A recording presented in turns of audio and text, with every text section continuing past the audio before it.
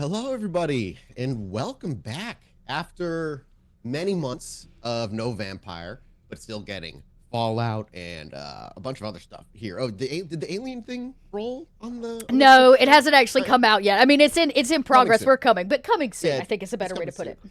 But yeah, after many a month break, welcome back to Vampire the Masquerade, our Saturday game, our big campaign 2. If you've been following us only over at at Pod by Night stuff and Stitch of Fate and all that and Crack Crown and so on, welcome to really the kind of the I guess the show that brought vampire into existence for our lives, the Saturday show. This is going to be a bit longer than you're used to if you're only listening to the podcasts. Again, we're looking at 3 or so hours. And this will be every Saturday as long as most of us can get here. So feel free to follow us on Twitch. Also, there will be videos of this going up on our YouTube, youtube.com/podbynight as well. So make sure you follow us over there.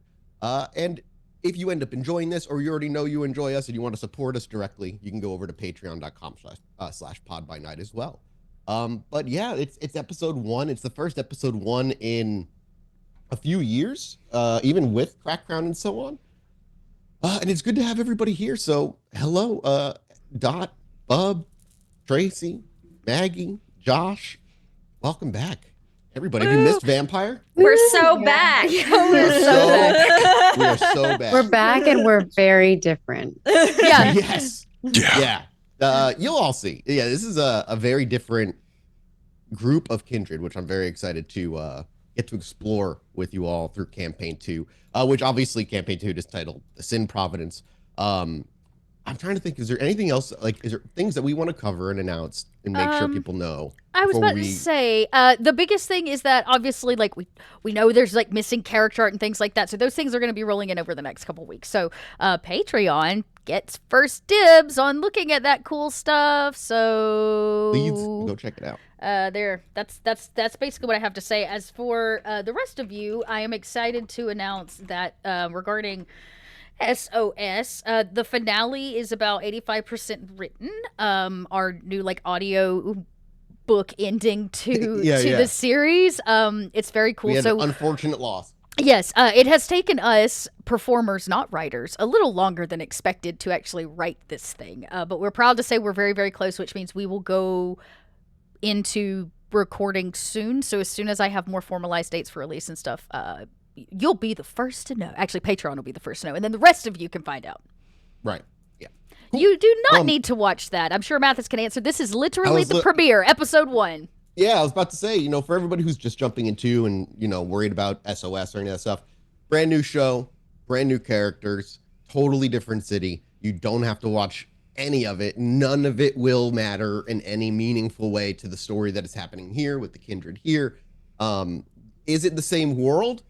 Yes, by it is technically the same world, but in Vampire Land, Chicago and Boston are as far away as the US and Europe because traveling for Kindred is just that difficult.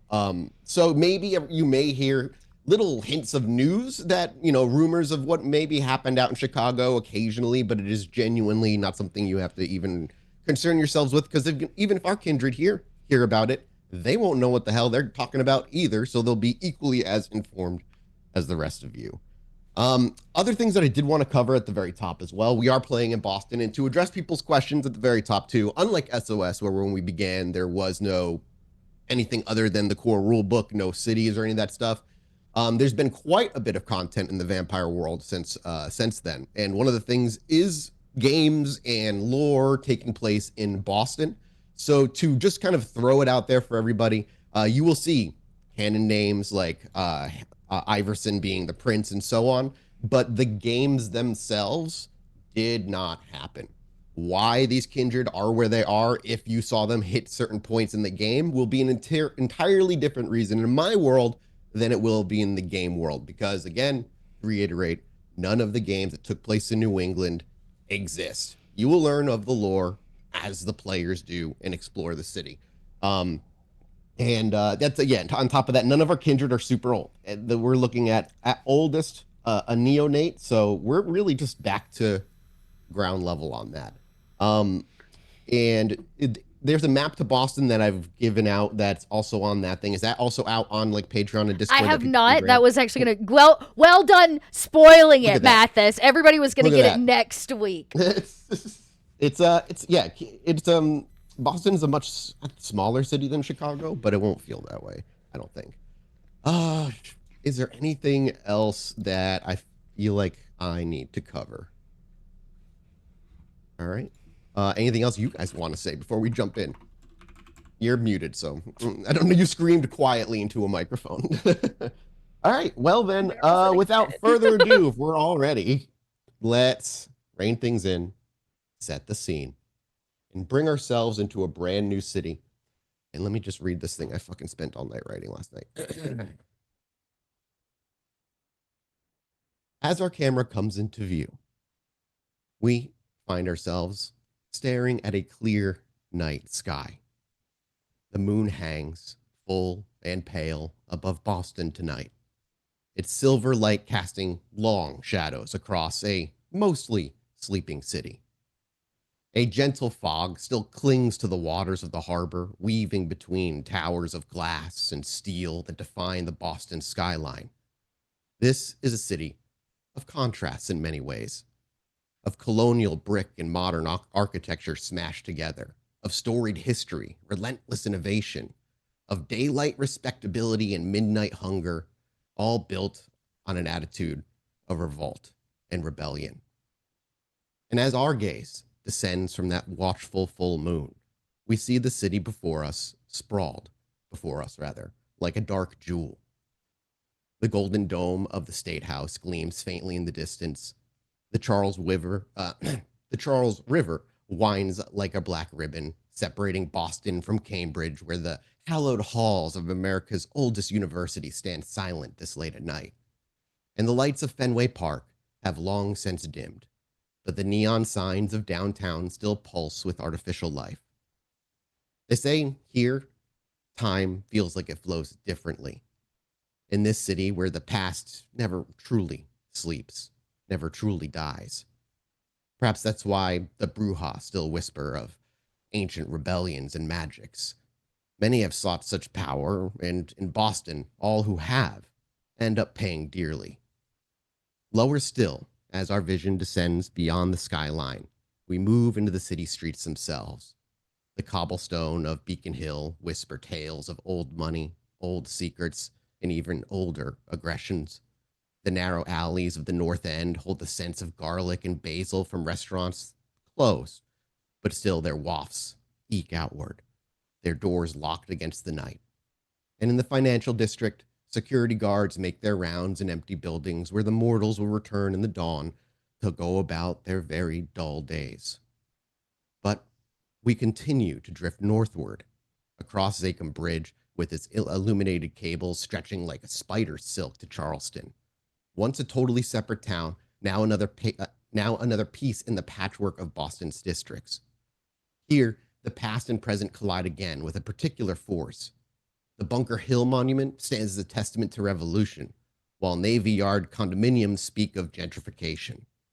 Three-decker houses line streets where both Irish mobsters and young professionals now make their home.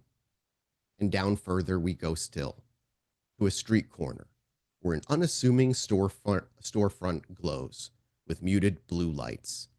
A sign simply reads Patch Notes, an internet cafe by day, but at this hour, nearly empty but not closed. Through the windows, we still see a handful of late-night patrons, their faces illuminated by screens most unaware of what truly moves through their city after dark.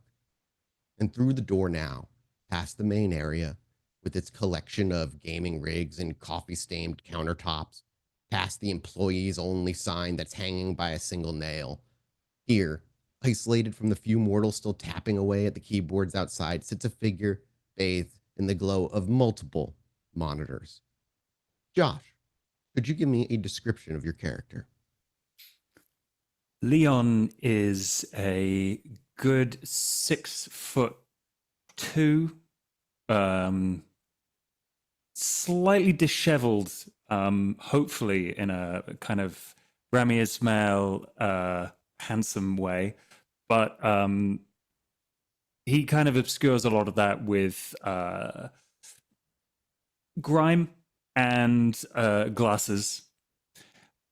And he is wearing a similar outfit to the one I am now. Round glasses, a kind of skull beanie, and braces that have kind of become his night-to-night signature, kind of with a tan brown thick overcoat lying around him as he's got his butt in a crappy old gamer chair and his boots on the table.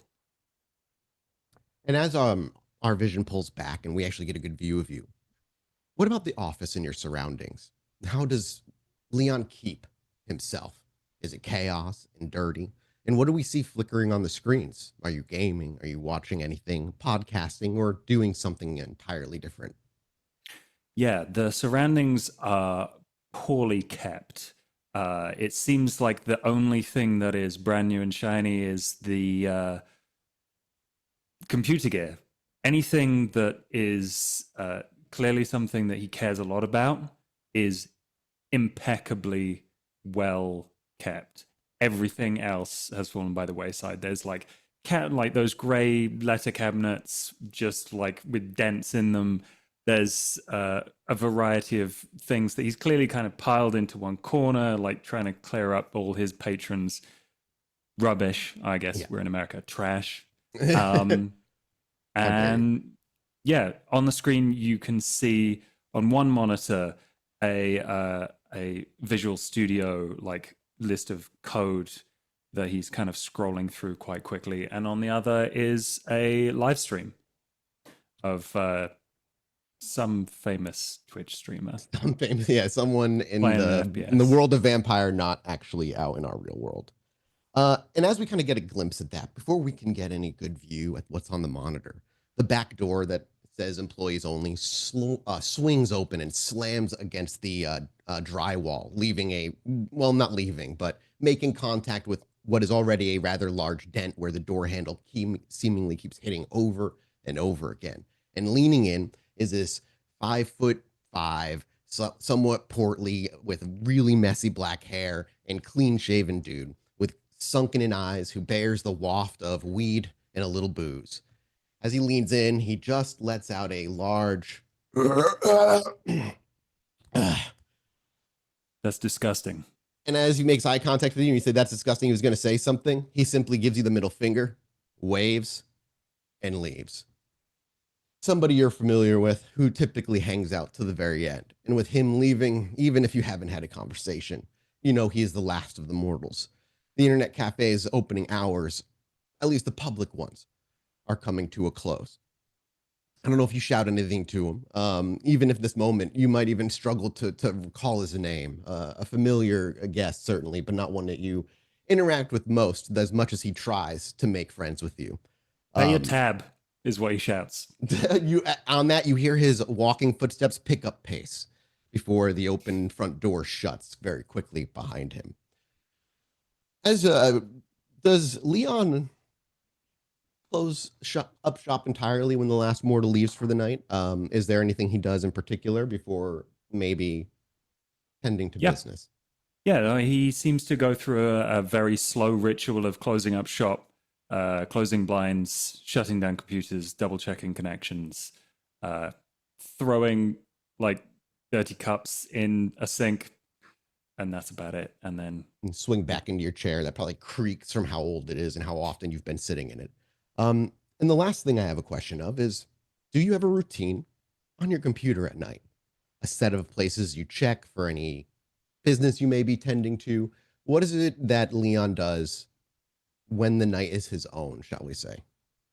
Yeah, he goes to several places. He goes through a couple of dark web places that one would be for large information dumps that he's been kind of trying to keep track of, people's personal information, local news, but then also his forum, the Lurkers.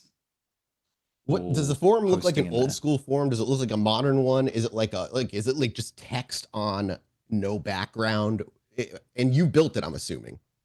Yeah. Oh, yeah. Yeah. It's a very aesthetically, it is very clean and neat and straight. Lots of kind of tidied off areas in boxes with a variety of like green text and yeah, just very clean white, plain forum style posts that he's just kind of flicking through to see if there's anything relevant to him. Let me get your character sheet open. I want to check a roll. Ooh.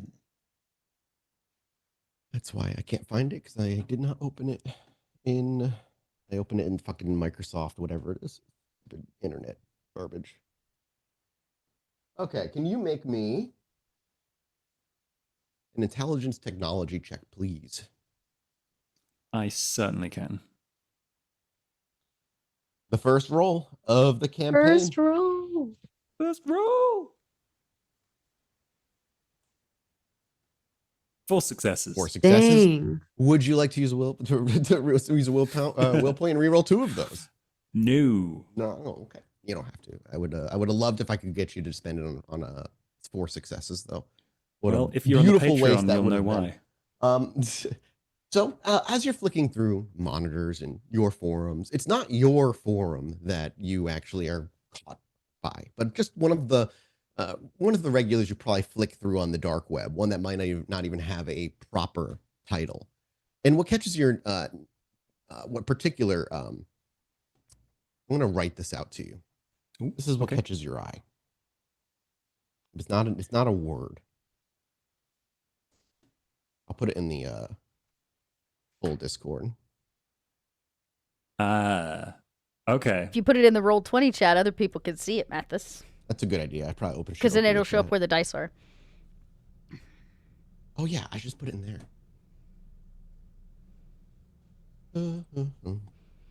Yeah, so I recognize that name. Yes, you would. Detector G.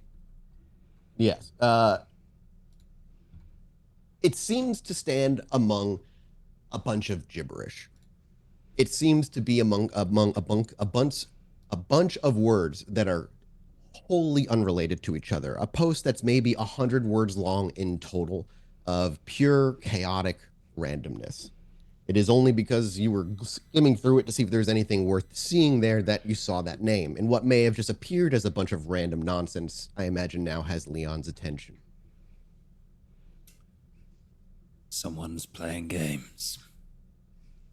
Do we go for, we see Leon probably go from a more relaxed position to leaning forward a tiny bit. Now, he locks in.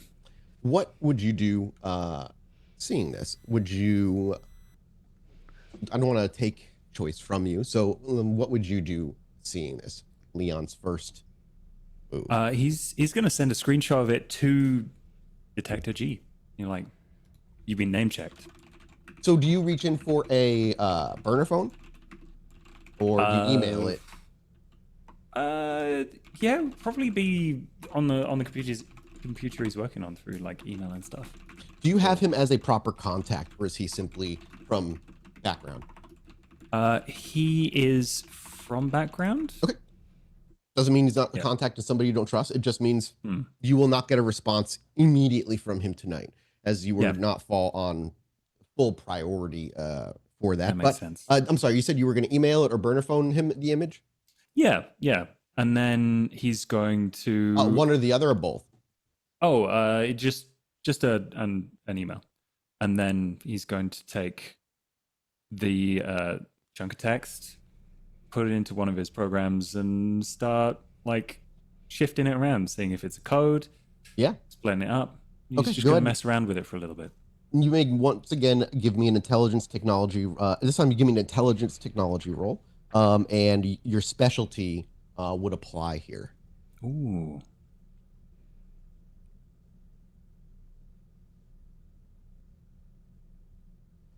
+1 for hacking. I'm getting lost in the tabs. Ooh, that is 7 successes. Oh shit! You critical? No, that's 8. Oh yeah. Yeah, that's 8 Oh, successes. damn. Yeah, 8. Oh damn, that's beautiful. All right. Then let me make sure I am not being like vague with this. Do I find the BBEG? No, yes, you found him, and today you get to go fight him. Actually, it's a one and done.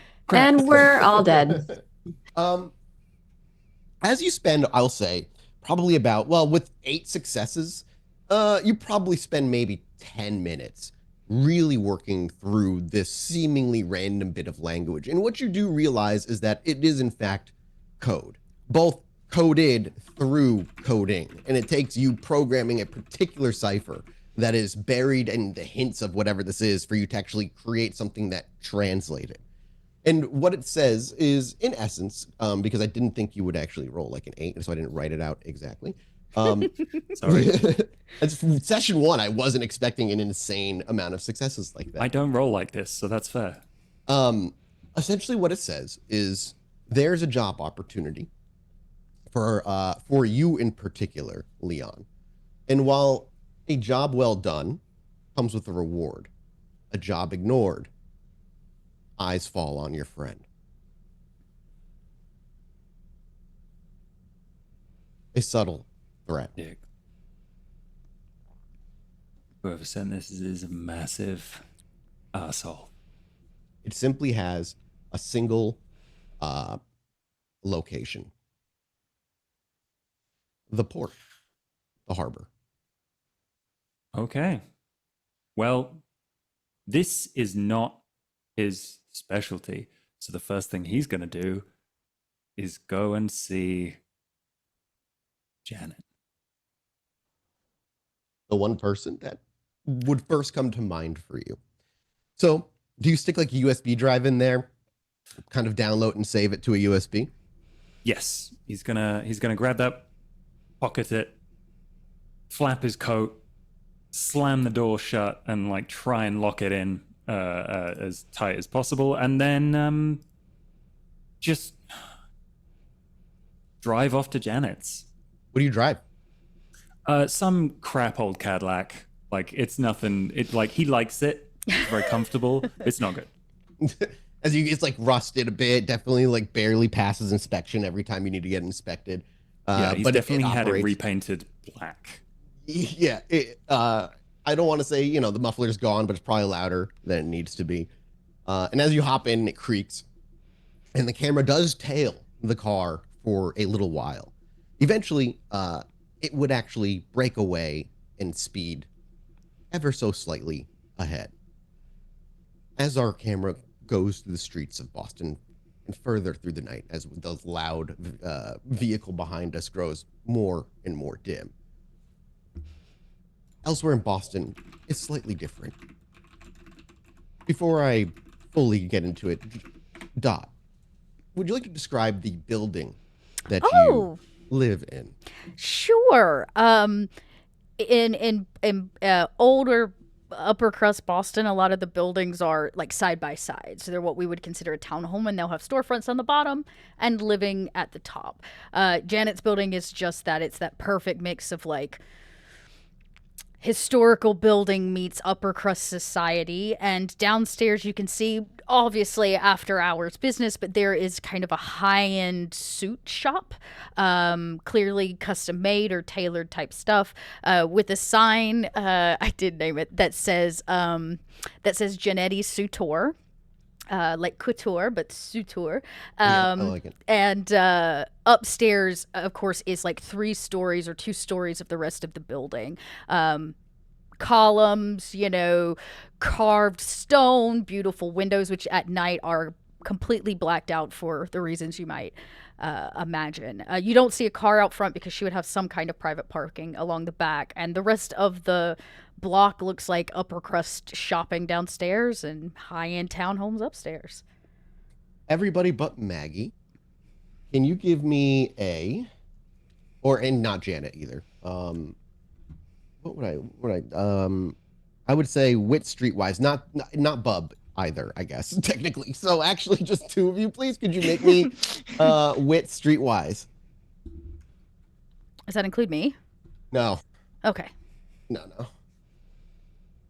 Okay, thank you. You would not hear of what I'm about to say. Leon, unlikely you would have heard this nickname as well. So what I've hear is none of you have really heard, other than Maggie, who her character has, and we'll get to her character in a minute, and Janet, who is the character who has the nickname that I have here. So, and much like the building you've described, I imagine here, in this house purchased or owned that with money that wasn't originally yours, Janet prepares for her usual evening, and she moves with that what I imagine is a calculated precision of someone who has learned to weaponize her grace. Her fingers, once familiar with both street corners of her youth and more domestic simplicity of her married years, as well as much as people were allowed to believe, now expertly apply makeup that will never smudge, fixing an appearance frozen at 35 years of age, and stepping forward from the shadows, no longer just cooking the numbers behind the scenes, but truly owning the work she had been doing for all these years. The Ventru blood runs strong, very strong in Janet.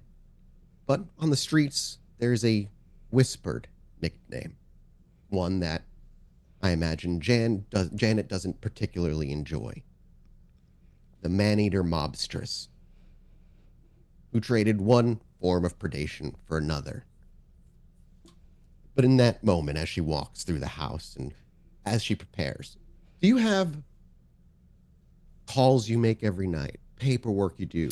Oh Is there yeah, a she would like. routine that she goes Yeah, through she's gonna end up every night? going downstairs to like close the business out, right? Because if any new accounts have been opened, there would be number things that need to be taken care of, since it is a front. The business is a front, and she'd lock the doors and those kinds of things. And then, I mean, her great joy is just, she would get up, get dressed, close the business, and then it's like there's probably cookies that need to be made. There's fresh meat that needs to be ground into hamburgers.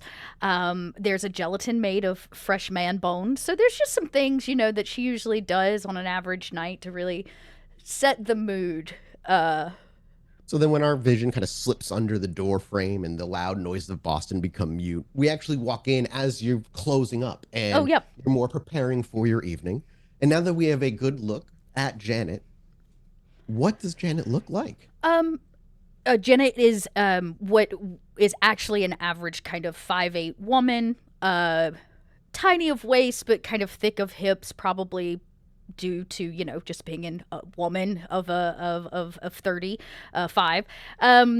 She is very well dressed, very Jackie Kennedy, very put together, gloves, pearls, hair, the whole 9 yards. She doesn't wear a hat this evening because she was just closing the store, but she would if we were going out. And she looks completely put together. Utterly composed and in control at all times is really what I imagine the kind of mood that Janet gives off. And you don't particularly expect visitors every night, but it is not out of the ordinary for one to have visitors like you, Janet.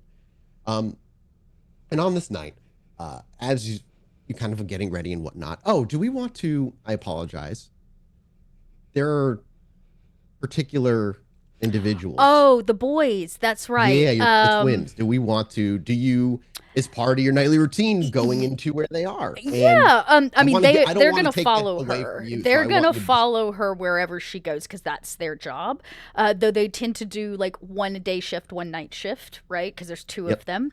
But they're identical, so Janet doesn't even care. Where anymore. Are they? Where as you're going your night, where are they in your routine? How what I bet when she gets up to go close the store, they do the shift change. Sometimes they have to work at the same time if we're going to a dangerous situation, but on an average night, so you see identical twin boys. These are like beautiful, well-bred, if you want to call it, lacrosse style, probably in high school. They're now 20 plus, but they don't look any older than maybe 20 or 22, and they're in pristine condition from the outside. Yeah, and they wear an identical suit, and they're meant to look identical, and they kind of switch places as one of them gets to go get rest during the night, and the other one takes the night shift. Now, do you have a particular place within your haven that you sleep that is completely secure and different that would stand out from the rest of where you live? All right, this is gonna be questions that I'm gonna be kind of randomly Yeah, throwing out yeah. to people as we build. No, these it's new a good areas. question because I mean the house is relatively secure. I guess we'll get to see that in its full security one day. But she probably had her entire what we would call like master suite, like her and her husband's bedroom, like replaced into a windowless. Oh, look at that. Dogs were. I was about to say the look on your face was concerning. Both dogs were freaking out. But yeah, I think that she had the entirety of her like bedroom, their perfect like Susie Homemaker bedroom, moved to a windowless room in the house. So it's been like switched to someplace, but she still sleeps in like full fluff bed, canopy drape, the whole 9 yards. She just had it moved to a windowless room in the house. And so we kind of get that as you kind of move through. And as Janet goes about her night, we will slip away from the house, but not go too far. As we maybe see, as to end the scene here with Janet. Let me open up my other tab. Sorry, God, I have too much shit open. I imagine we maybe see Janet like kind of adjusting a ring on her finger and kind of just preparing as our camera pulls away from her. And as we slip back outside to the sounds of the street, we don't go more than a block and a half before our camera runs up against a shopping cart. The sound of squeaking wheels breaking the somewhat silence of this side residential street. A sound that, as it gets closer, Janet has come to recognize. From the shadows, a peculiar figure, though a familiar one, bent with age that was maybe bears a little bit more age than one would expect. Should I say? That's not how I want to word that. How am I trying to fucking phrase this shit? Whatever, I'll get to it. Betty, known among whisperers as a vagabond ghost of sorts, is pushing her shopping cart with surprising strength for someone who appears so outwardly frail. The cart itself is a chaotic museum of nonsense. Tattered bags, frayed blankets, trinkets that might be trash or treasure. No one's judging, depending on who's looking at it. And the old woman's face, lined with wrinkles that have witnessed more than a century of nights, breaks into a smile or a smirk as someone drunkenly stumbles by and, without really even looking, shouts what I imagine is some sort of drunken asshole-ish cat call to Betty as she shops and pushes her shopping cart down. But before we move further, Maggie, what does Betty look like? Yeah, can I react to what that person said too? Yeah, absolutely. Yeah, but you're welcome to. Yeah, you can see. I mean, you described her great. I don't know if I need to add anything. Wrinkles. I gave her wrinkles, and I said she was hunched. Yeah, that is very much her. She's kind of got this, olive skin tone. She is, although kind of craggy faced and like kind of this ancient wanderer, she has like a liveliness in her eyes, and I think that's what you see when she has this kind of grin on her face that is a little horrifying, I think, if you're paying attention to it. But I feel like most people don't. She's just untamed and ragged. Her outfit is very mismatched and tattered, and I think you described it pretty well. I don't think I have anything else to add to that. But as they walk by and they drunkenly stumble like into her and say that, like, I think she says, "You dropped something important, sweetheart." Let me roll to see if he even notices it in his drunken stupor. He actually does stop short, and he turns around for a second, and he like kind of looks half blinkingly where you're gesturing. He may have dropped something. She flickers. He doesn't see that she did this, but she does this, and a little penny goes rolling down near where he's looking down at, like to catch his attention. Mm-hmm. Yeah, it does so, and he looks at it, and he's just kind of drunkenly tries to fumble at it with his big fingers and fails a few times before finally getting a hold of it. Do you leave before he picks it up, or you just kind of like flick it at him and watch? Does he try to put it back in his wallet? He will. Yeah, if he picks up the penny, he's going to try. Yeah, when he goes to find his wallet's not there. Go ahead and make me a dex stealth check. I have larceny too. I don't know if that larceny is for pickpocketing, I think, but lock picking rather. Okay. I might be wrong. What I want to do is put his put his wallet in a different spot. Like on his I'm body. not, yeah, I'm not taking. Okay. You just want to fucking you're just trying to be I'm a just menace fucking to with this him. man. Yeah, Yes, yeah. absolutely. It's not going to be a hard roll. Okay, so stealth decks, you said. Yeah, please. Tell me what you roll as well. All right. Oh no. What? I don't know. How did it happen? I got none. That's absurd. That's an absurd roll. I am sorry that happened. Jesus. You rolled 1, 2, 3, 4, 5, 6, 7 dice, and they were all failures. Willpower. You can absolutely willpower. I Reroll kind of 3 want of a them. willpower. Yeah. Yeah, go for it. I literally just need 1 success, man. That's all I need. Okay, there you go. Hey! All right, from none Well to spent. 3. So as he bends over Just to mess with people. as he bends over to pick up the penny, you're right there. Take that opportunity. You see the wallet sticking out of his back pocket. You easily slide it out. Where do you want to put it? Just like on a different pocket? Yeah, just in a different pocket. Okay, yeah. And as you do, and you do so well before he picks the penny up, maybe even putting yourself a bit of distance between him and you.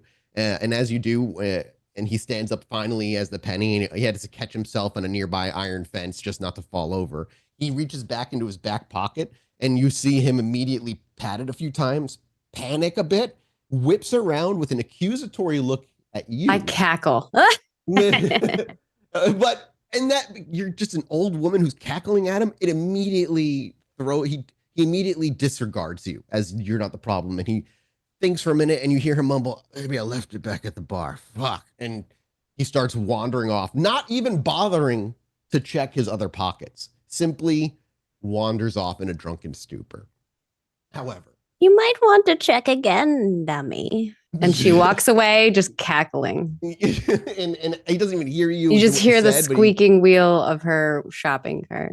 And as you cackle, we do a quick cut back to Janet inside the house where you can actually hear a familiar laugh that's very muffled down the street, but you know she's coming before she even arrived. And I know that I don't have much of a choice to let her walk the block because we have a deal. And if there's one thing Janet she does good business.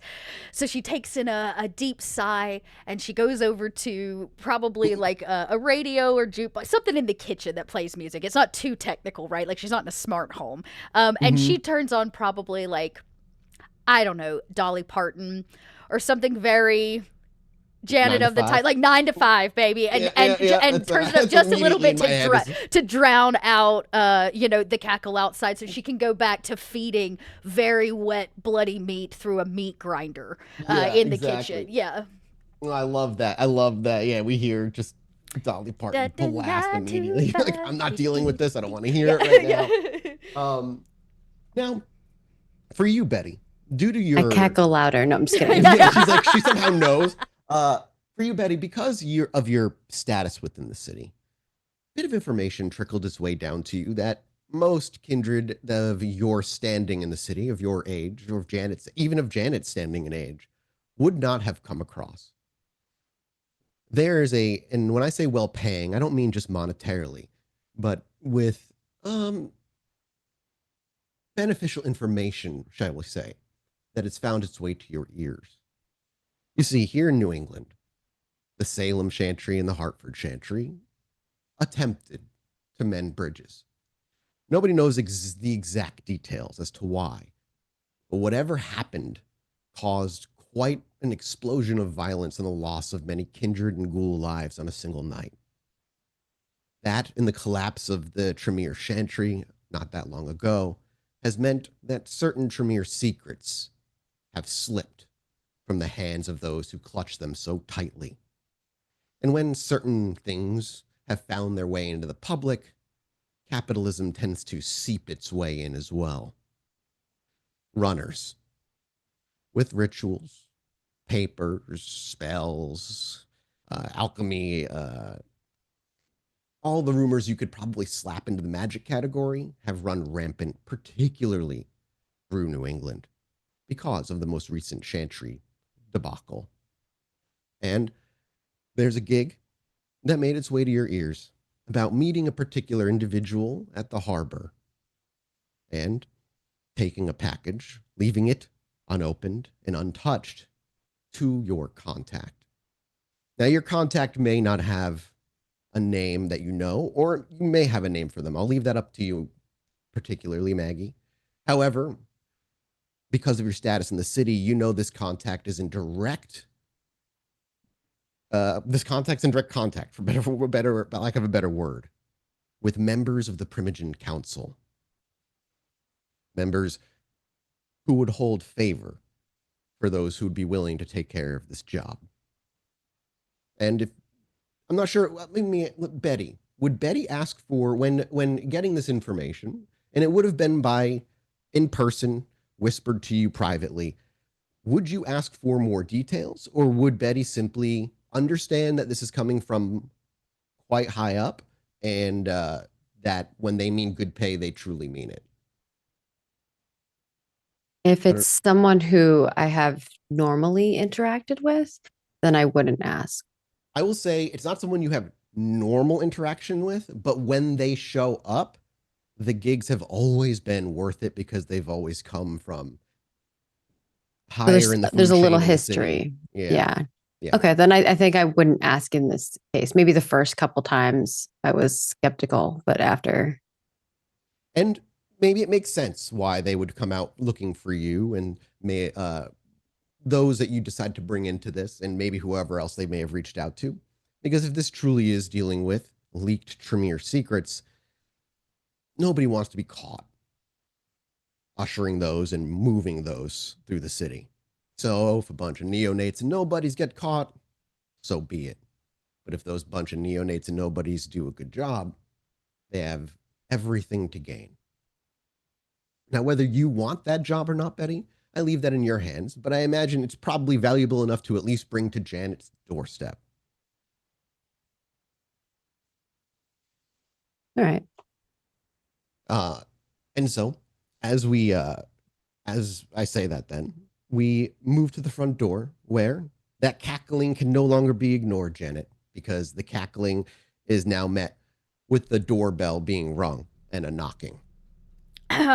She, for the first time, opens her mouth. She turns Dolly Parton down and takes a deep sigh, and you realize that what comes out of her mouth does not match the exterior. It reveals that maybe she didn't come from well-bred society or money, because probably a thick, southy Boston comes kind of creeping out of her mouth as she looks at her ghoul, potentially the beautiful blonde-haired boy standing in her kitchen, and she says, "Go get the door."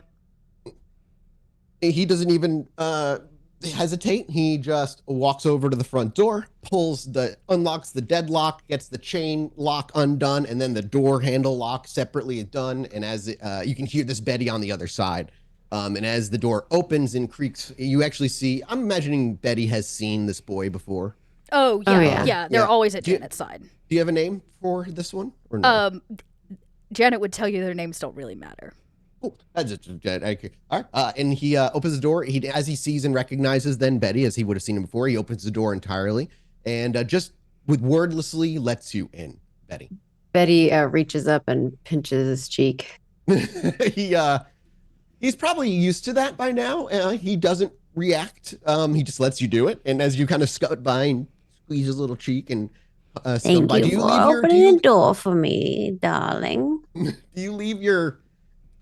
I mean, most would, but do you leave your shopping cart outside, or do you shove that? Oh, hell no! I'm pushing the shopping cart in. Yeah, so you hear the brick steps, up the brick steps every time. Actually, the blonde boy would probably help lift it up, so it wouldn't cause that much of an issue at the last stairs. But you hear her pushing it up the stairs. No matter how many times you've asked her, she doesn't listen, and she brings it in every single time. And so, the beautiful, clean home that. Oh, and I'm in no hurry. I'm taking my sweet time pushing the cart. You're just kind of shuffling in, and as you make your way through the door frame and give him his cheek a pinch him, move by him, he shuts the door behind you, and again you're met with the smell of. I imagine you said you're getting ready to make cookies and Oh, actually, you probably smell the fresh cookies by now. Janet's probably plating them in the kitchen as she looks up at you.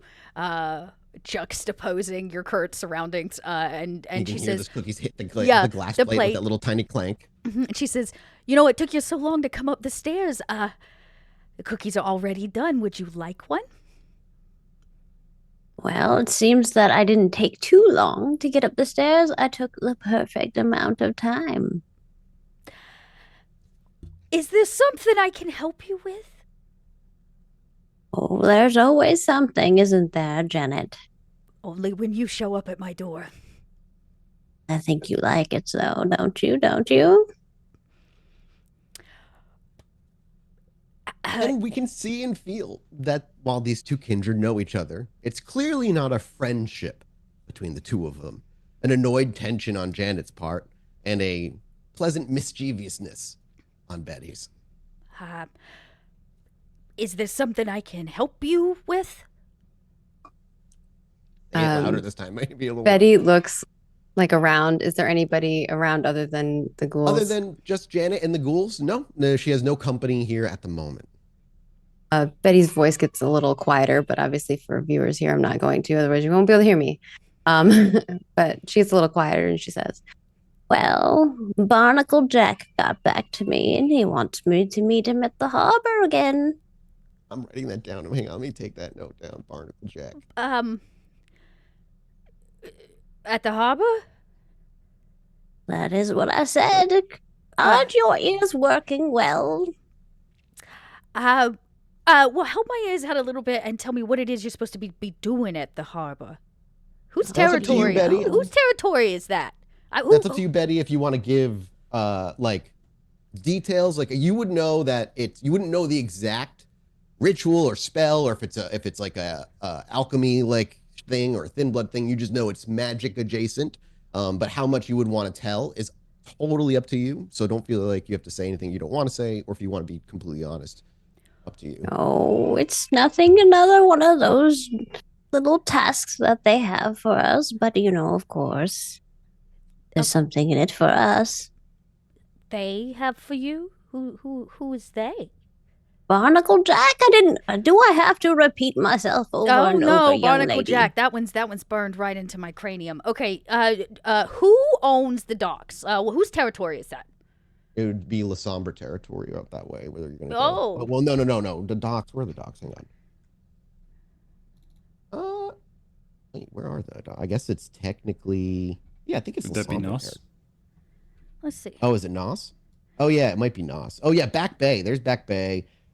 Yeah, it would be. It's one of those things where, because it's not super hard to find lines, it's somewhere between La Sombre and Nos territory. Okay. Oh, who cares who owns what? Well, that matters quite a lot, actually, Betty. Who's wheeling and dealing in whose territory? Only if you care about that nonsense. Well, I do. Well, I don't. Okay, well then I appreciate the information. I will take this under deep consideration. You better take it more than deep consideration. This is something that could get us some favor with the Primogen Council, and I know how you froofy-like kinds want that type of thing. I have no need for it. So what? This is just a favor? Oh no. I want things too, Janet. Has Betty brought Janet a job from Barnacle Jack in the past? I feel like I have once before. Once? Okay.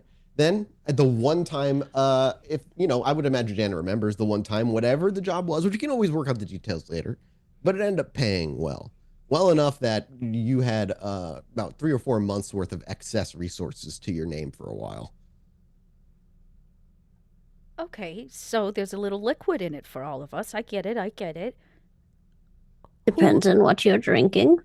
But whose favor are we earning? I wouldn't mind some drinks, though. Have any by chance. Okay, well, I've got some vodka. Calm down. I go over to like a very well-kept bar, and there's probably a decanter of like clear upper crust vodka, and I know that she's gonna drink it straight, no ice, nothing. So I even pour it in a plastic cup. I don't hand it to her in crystal glass. As you pop the vodka, actually just outside your door, you can hear the rumbling of a not well taken care of vehicle. As you're distracted by that, I just grab the bottle and I just I set it down. How often does Leon visit Janet? Or how often does Janet need Leon's employ? Or employ Regularly? Leon? You know what I Hopefully, mean? the one time he installed all the security, and then I don't have to worry about him again.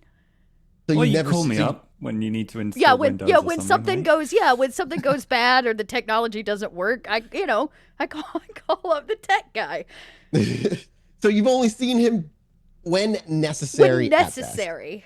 At best. Okay. So you may not even recognize the car noise. It stops outside, and you would actually have your blonde boy walk in, say, "Excuse me." He can't speak. He Oh, has right. No, blonde tongue. boy cannot speak. He would just give you a hand gesture that you would recognize as somebody's arrived.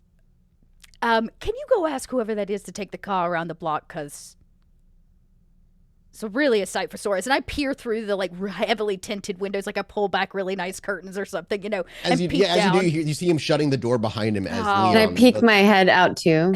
That might like underneath. That might mean to you, Janet, that maybe something went down with your security. Okay, well, it's Leon, so why don't you go answer the door, but still ask him to take the car around back? He nods, and as he walks over to the door, he opens it for you, Leon, but he puts his hand out and he just points to the car and just gives you a looping signal. Yeah, he like kind of like taps his hand aside. Is like, Janet, did you get an invitation to the harbor? So he just shouts past him into the house where, yeah. All right, just come inside before you start hollering. The course. blonde boy will step out of the way, allow you Thank in, you. shuts the door Thank you. behind you. Now, Since it's has going to be a Leon met Betty party, before? would you like some fresh cookies? Oh, yeah. I offer the bottle of vodka. Or some expensive vodka to wash it down? Why not? Of course. Wonderful. Well, why doesn't everybody just take a seat at the table and we can figure out what's going on, because you're both talking to me about the harbor, but nobody's actually told me anything. And if there's one thing you both probably know really good Well, well before about I me- could tell her anything, she just kept starting to ask questions, and I couldn't even tell her the rest of what just was want- needed to be It done. happens all the time. Not to hey, be that hey, guy. Bessie. Hey, Bessie. But do you blush of life to drink the vodka? Sure. Otherwise, you're just going to vomit it up, everybody. Not me. If we're drinking from the bottle, I'll drink from the bottle. I don't got to. Yeah, you don't got What? to. What about my situation? Oh, man, I got to look real quick. I think. I don't know what that entails, but I will. My character sheet isn't working, so Yeah. I'm just going to roll the Yeah, I had to d10. refresh my thing, too. It wasn't working for me either. Browse You know. made. I think I just add an extra dice or something. Yeah, you can just add extra dice. I'm fine with that. That works. Okay. Sorry, I saw you open it as I closed it. I was like, I don't need it. And you're just like, pop it in. Sorry, I was opening it to read it too. All right. Yeah, you're good. So you both are able to down the drink without issue. And sorry, I interrupted Betty, but she's like, as she started, I was trying to tell her, and she just started asking questions. It's always like that. I wouldn't worry. Hey, how are you doing, Betty? Well, I Oh, was I'm doing great. How are you doing? wants to know how Janet's doing. I'm just going to go to the kitchen now and cook some Annoyed food. slightly, and off you go. I put on a very bloody apron. Mhm. Have you been taking good care of yourself? Do I ever? No, but that's why I'm asking. Well, you know. Sorry, Janet. Hi, how are you? Oh, I'm just great. Didn't expect, a house full of people. Is there something maybe you could tell me about this harbor and this trade and this thing? There's a job. I thought you might be A, interested. a job for who? From who? Did I get a name? Did I Oh, no, also get Barnacle you, Jack? No, it was just on one of the forums that you frequent. Very annoying. Which And what means is it it was they're likely wanting put there us- for you to find, but you don't know by who or why, only that there seems to be a credible, you took it as a threat, but a credible push against your known contact. I didn't get a name. I got other information. A threat. Oh, A threat? What kind of? Who's threatening you? You need me to go beat them up. Well, that's what I'm hoping we can all go do is when we go to the harbor, we can beat So the crap you out of called them me and to sort beat this. them up? Well, that wasn't the job that I I'll got. steal their money. I'll clean out their retirement. I'll. You're saying you don't know anyone to beat people up.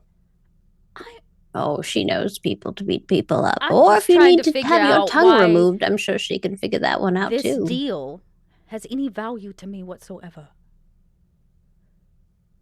It wasn't offered to you. I know offered to Betty things. and Leon. Yeah.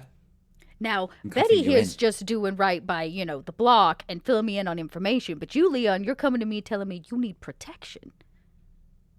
What was the threat, Leon? I am not going to tell you that. Well, then how can we protect you if we don't know what is threatening you? I don't need protecting. Right. We're really not going to get into that. He But- does need protecting, Janet. As much as he might not think he does, he does.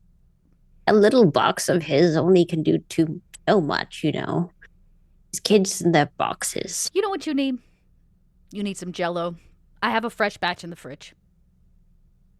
Yeah, that actually sounds really nice. Just Janet walk off when she Yeah, says I that, walk just over to the fridge immediately- and I pull out like a giant green shaking Jell-O, and I slide it on the counter. I was like, a good slice of Jell-O, and we're going to talk this through. Now, before we take on any business dealings, you know that I have to understand the full contract. So what are you expecting here? All you got is some information about a job going down, and then Krusty Pete or whatever his name is over here is telling us, Jack. right? Come on. That what we're just supposed to show up and deal with whatever's waiting on us. Oh no, I didn't get to the part where we have to do something. We just need to take the package, leaving it unopened, and that's it. It's a very easy So task. it's a transportation job. We're picking up a package and delivering. Yeah, you're good at some of that stuff. Prefer not to do the carrying. I already have enough things in my cart. Okay, I happen to know somebody that has some good transportation options. I guess you could say they're my grocer. Let me make a phone call. It may take her a little bit of time to get here because, she's not local and all that. But she might have a way to move whatever this package is. Do we know how big it is?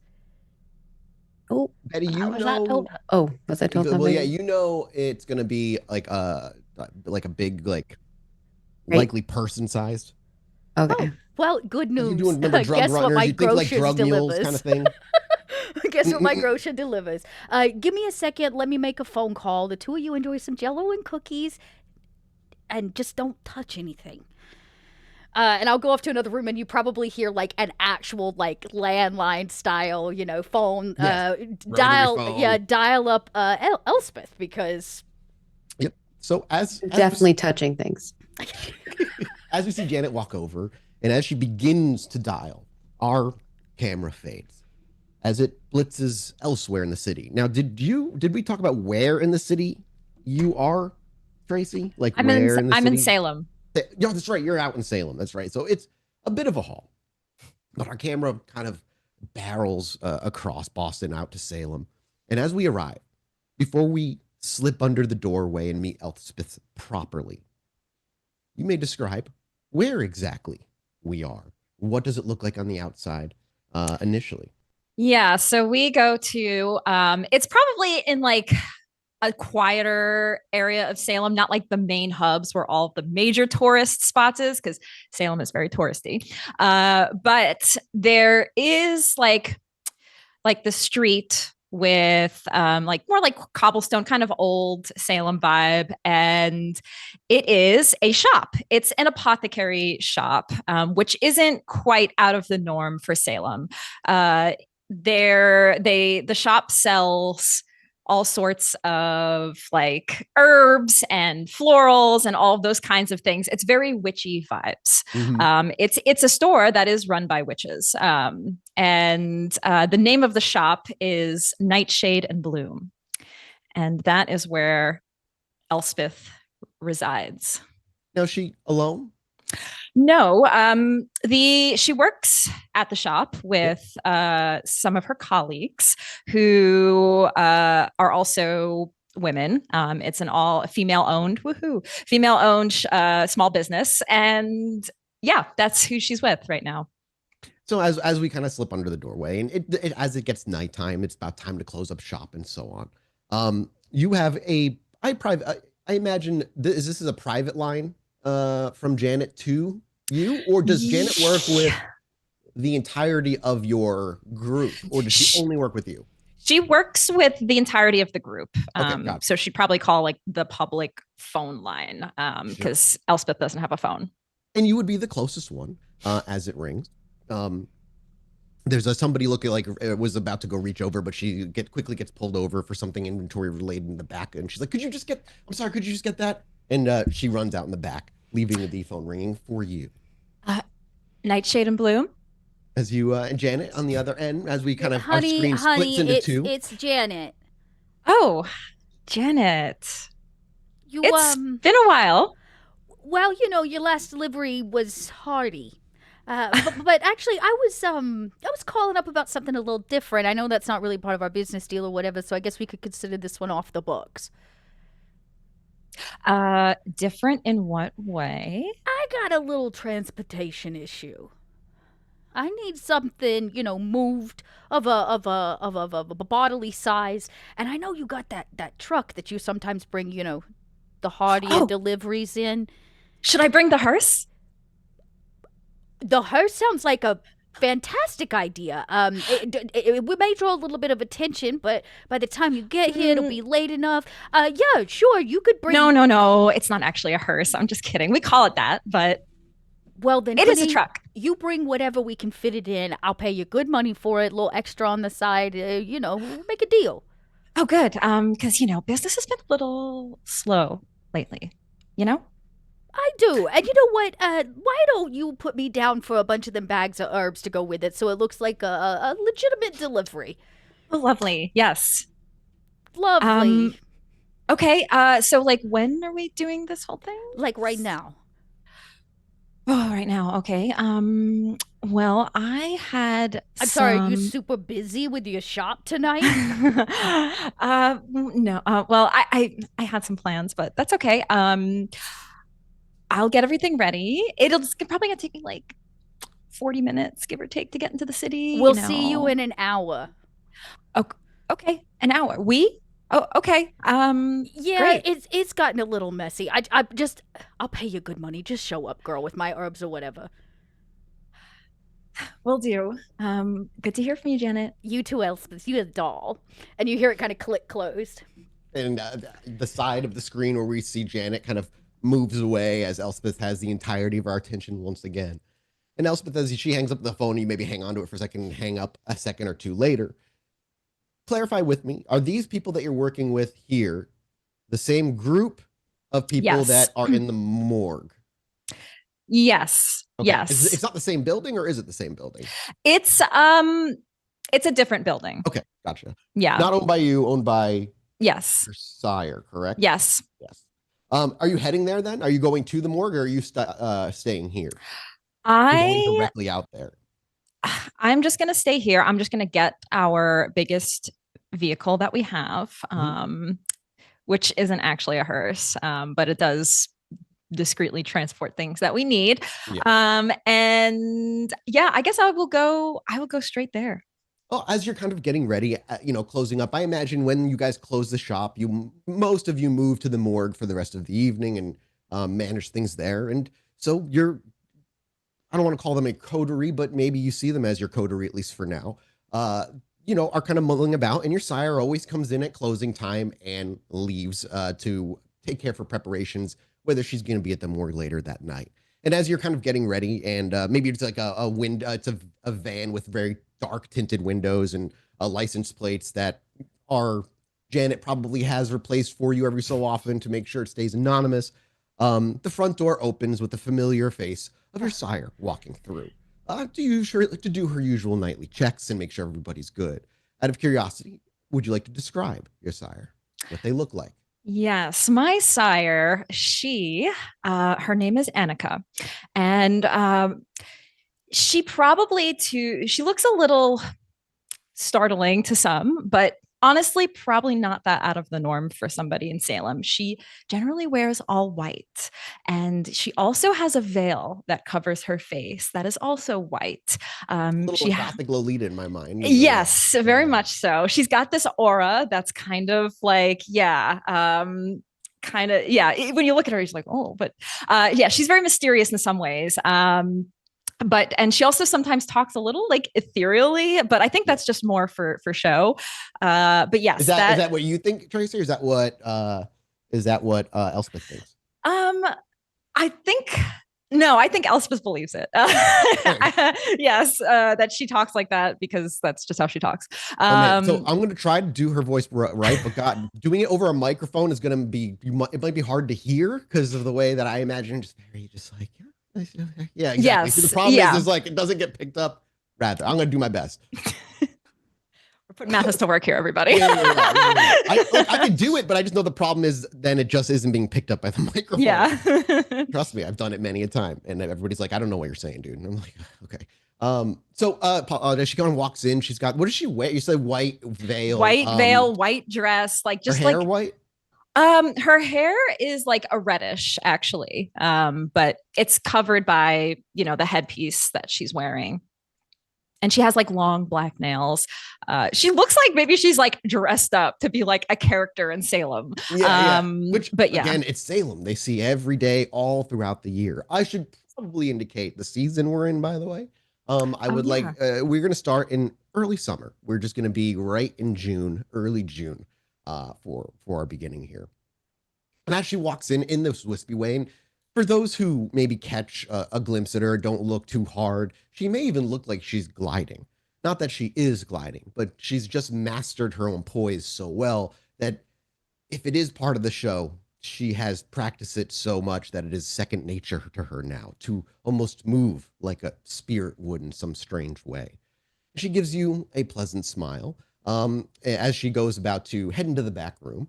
Do you say anything to her as she enters? She's usually here to quickly check the books, see if any of her girls need anything before everybody moves out to the morgue. And to be clear, these are all not her children. Only Elspeth, I believe, is. Nope. The rest of them can come out during the day. Yeah. They're not all like, kindred of her. Yes. Of hers. Yes. As she walks by, Elspeth will just quietly be like, I'm going out. I have a job. She stops just as she's reaches for the door and just turns to you with that continued pleasant, gentle smile, but with an air of curiosity. She keeps her hand just in the air where she was reaching for it. She stopped and she turned and she kept it up and she turned to you and then twists her hand a bit to you in a curious way. Mind if I ask where? One of our usual clients, Janet, the one that has like the nice house. She reaches up and runs her fingers through her hair as it almost seems to linger in a breeze that isn't truly there and falls down to her shoulder. And she stops. That's the mob one. Yes. She closes her eyes and nods gently. I think she needs help with transporting something. So I'm going to take the hearse out. She nods. Did Janet give you details as to where you were going? No. Okay. Just to meet at her place. Gotcha. She says, your sire will just simply say then, do you need anything before you depart? Please feel free to visit the morgue. Thank you. I think I should be good. I haven't gotten... Preparation is important in our line. Oh, yes. That's I'm still learning that. And she goes to smiles, her books. But like she gives almost like, again, a very parental smile for everybody. Did you describe what Elspeth looks like? Did I already say that? No, yeah. actually. I know we described the building. Sorry. Now that we have a good look here, what does Elspeth look like? And, how old is Elspeth? Yes. So she looks pretty young. She probably looks like in her early 20s, almost, you could tell probably like college age or recent graduate age. Elspeth is kind of short, petite. She has this long, ashen blonde, almost white hair. And her style, I like to describe as what would be like dark academia style, which it's very in fashion for the youngins. But you can also like, you could probably tell maybe she went to some prestigious like Ivy League school or something. I mean, we're in New England, and it's full of these like hoity-toity universities. So it's clear she went to one of them. She keeps a key on the side of her dress that is like the key that's like a representation of which school she went to. But yeah, she looks not that much over like maybe like 24, and yeah, that's Elspeth. And maybe in the way that she defers to her sire, she's young as well, for a kindred. So not necessarily under the thumb of her sire in that way, but still finds a lot of value and wisdom to be found from her sire. And as Annika says that, and you're like, that's a good idea, she said, perhaps it's good to contact Janet again and ask for more specific details so you can prepare properly. Unlike other kindred of other lines, it does take our kind a bit more to be ready for certain situations. You're right. I should make sure I have everything ready to go before. She nods. She says, and please give Janet my regards. Tell her I wish her well, and to give and keep a close eye on you. You are special to me. I will. And she smiles. And do you call Janet back? Yes, I do. Janet, as you walk away, maybe 5 to 10 minutes later, as you're like getting back in the room and maybe starting to wait for talk to details, the phone rings back. And you're muted. You're muted. Imagine it picks up and you hear Janet in the background like, don't touch anything! What? When you hear Betty cackling. Like, I'm like totally fed up at this point. What? Hi, it's me again, Elspeth. Oh, Elspeth, darling, what is it? Please tell me you're on the way. I'm about to leave, but silly me. I forgot that, like, you know, depending on what the job is, I may need to bring certain tools with me, you know. Oh, so maybe... what a concept. Information about the job. I yell back at the two of them. Yeah, let me tell you what Janet knows. Janet knows it's happening near the docks. There's something about a pickup and a delivery, and it's human-sized. Pickup, delivery, human size. Okay.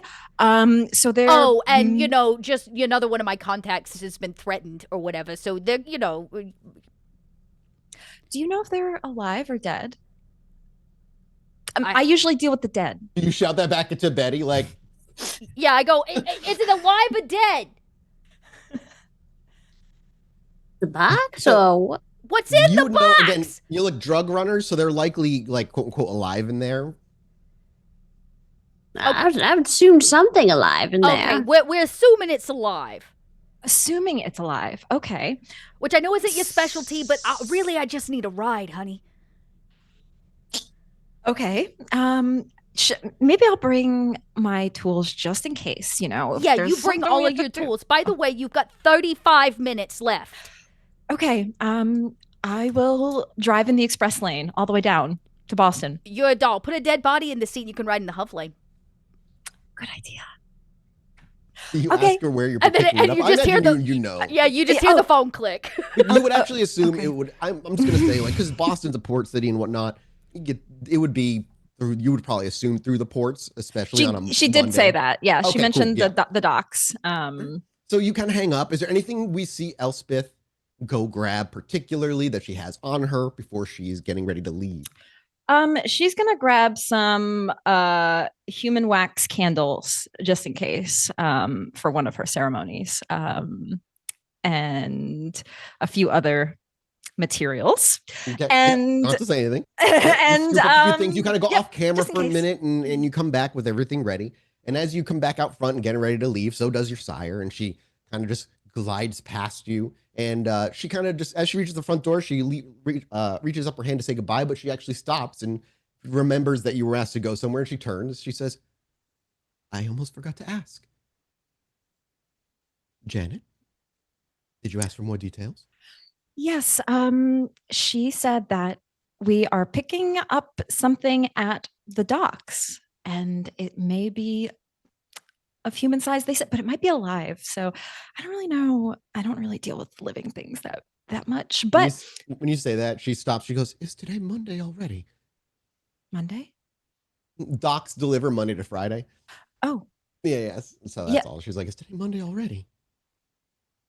I I almost get. forgot. Could you do Yes. me a favor? Yes. Um, a moment. And she walks out back again. And she's gone for maybe a couple of minutes. I was going to go myself tomorrow evening. But if you're there tonight, perhaps we can just cut some time. I'm also expecting something at the docks. I don't believe it to be human-sized. At least I wasn't told if it was. Still. And she reaches forward and just gives you like a small, like, not like a ring box, but just like a small, little kind of cardboard gray box. It's not very heavy. And she says, open it, open it. Oh. And she'll take the box and just open it. And what you see inside actually is just a very smooth river stone. Simple, dark. As you reach in, it almost feels unnaturally smooth in the way it how it runs across your fingers. And as you leave your fingers over it for a minute, wits awareness. Wits perception. Oh, it's been a while. You can tell it's been like 6 months since we played. Math's favorite role. Wits awareness. I've literally played no vampire since the last time we all played vampire. I pulled a Janet or a Betty. I'm sorry. I'm gonna mix you guys. Oh names shit! up. I was like, well, those are two different things right now. I'm gonna spend a willpower and Sure. I'm gonna spend a willpower and re-roll. Oh, yeah, maybe make sure everybody starts at 1 hunger, Yep. please.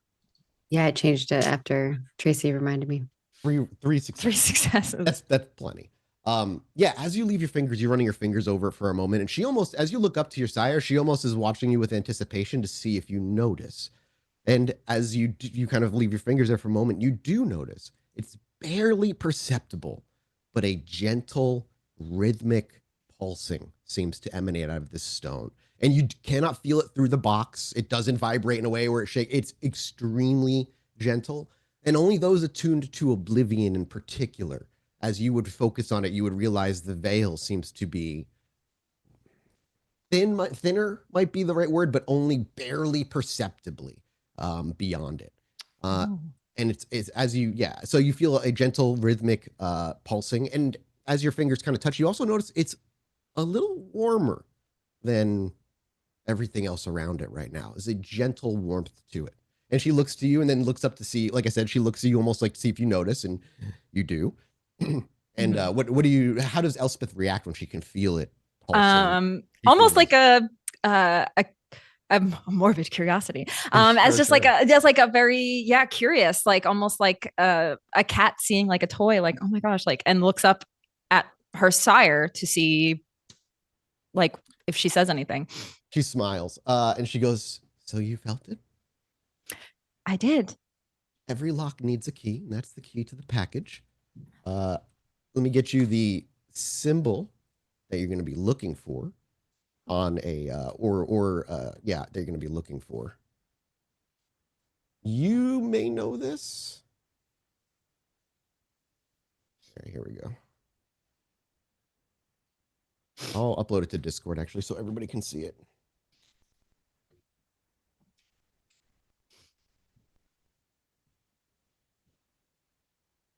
Oh, I know what that is. Which she says, you'll be looking for a crate with that marking. It should be rather unique amongst them all. And for those who cannot obviously see, what she shows her is what she provides rather is just a little envelope with a wax seal stamp on it. It's a shield with a vampiric skull in the center and a crown on top, with double-sided scythe coming out of each corner, like a slash through it. Does Elspeth know what these are in your history? Probably not. No. So she's just like, she says, cool. She goes, she clearly, you don't recognize them, and why would you if she hasn't educated you about them? She says, long lost relatives' personal belongings coming back into the family. And she smiles. Oh. Okay, so just so I have this straight, I delivered this to somebody? You're heading into the docks? Yeah, the port. As you walk in, I doubt the port security guard are going to know what it is.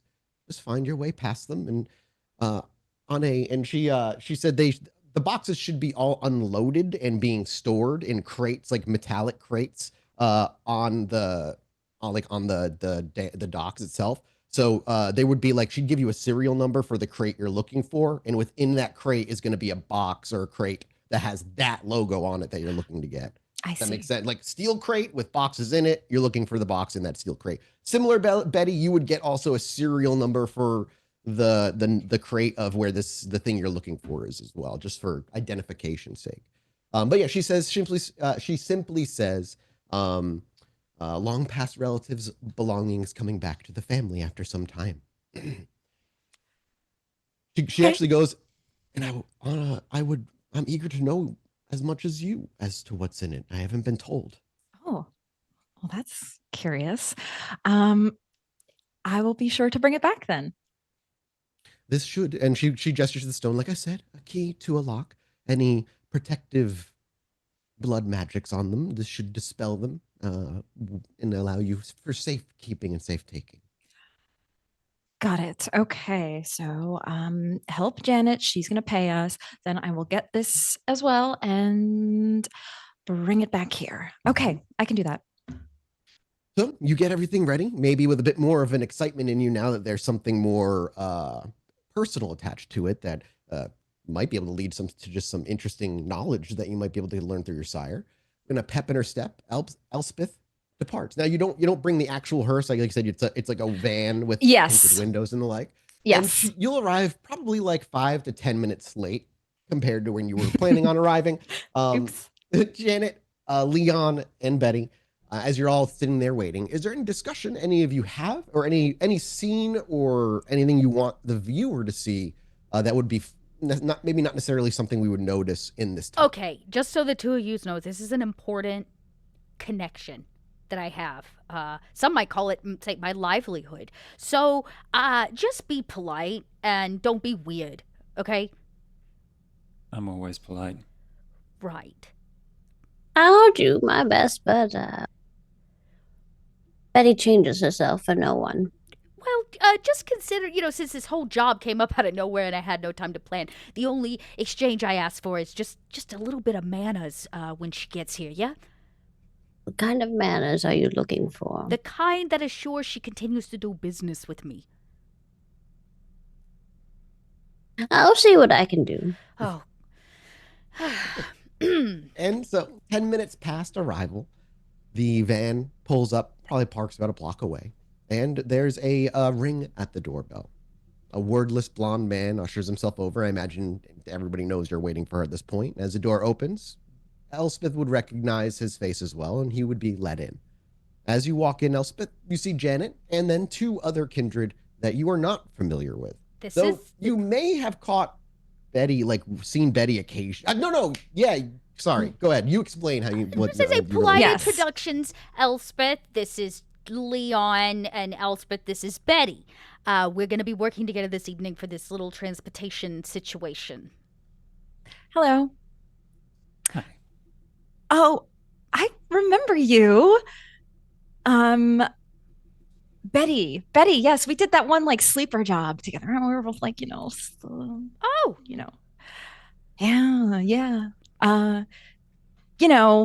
Betty and I, we feed a certain way, and we learned that one night when we were both in the same place. See, so I'm being polite enough for you, Janet. How serendipitous. Okay. Yes. So I brought the hearse and a few other things just in case. So I'm ready to go. Sorry, I was a little late. The traffic. Even this late at night. It's all right, honey. You look great. City. Look at you. You look so cute. Studious? Yes. Ready to learn. Let's load in the car. Let's go. Who's driving? It's Elspeth, right? Well, Yeah. I thought I'd follow the hearse, as you call it, with my vehicle, and where we have enough seats for everybody and the package. That's a good point. I mean, it is a big, like, SUV, but... Oh, okay. We may need to make room for one other crate. So, yeah, maybe we should take 2 cars. That's fine. I'll have the boys drive. Well, I can take anyone else in the Cadillac. Actually, you know what? I'll ride in the van. You take the Cadillac so it's not parked on this block. Sure. Betty, you want shotgun? Oh, I wouldn't mind, but you have to be able to put my shopping cart in there. I'd love if she reached into her shopping cart and pulled out a shotgun. No, I have one already. Thank you. So, are you gonna? How are you gonna get the shopping cart in the Cadillac? That is a I problem. thought he was. Them. Betty thinks I'll that put down the back he's seats. offering her the front, the front seat. So it's The in the back shotgun seat. seat. Okay. Okay. I look at it. I go wake your brother. We have a job. Put your shoes on. Get a jacket. I know it's summertime. I don't give a fuck. He walks off. Within probably like 3-4 minutes, they're both ready to go and back. Great. You bringing them with you? Yeah, they're gonna go in the back of the van with no seatbelts or anything. Like they're just in the back, and I'm Yep. in the front seat of the van. As the van doors shut, and we get a good look at this outside of this building again. Can you describe the outside of this building one more time? I just want to really get a good image. of Yeah, this actually, I have a whole Pinterest board, Mathis. Does that interest Yeah, you? give me the pictures. I mean, yeah, but for me and the audience, because that's somebody who use them as an excuse. Sure.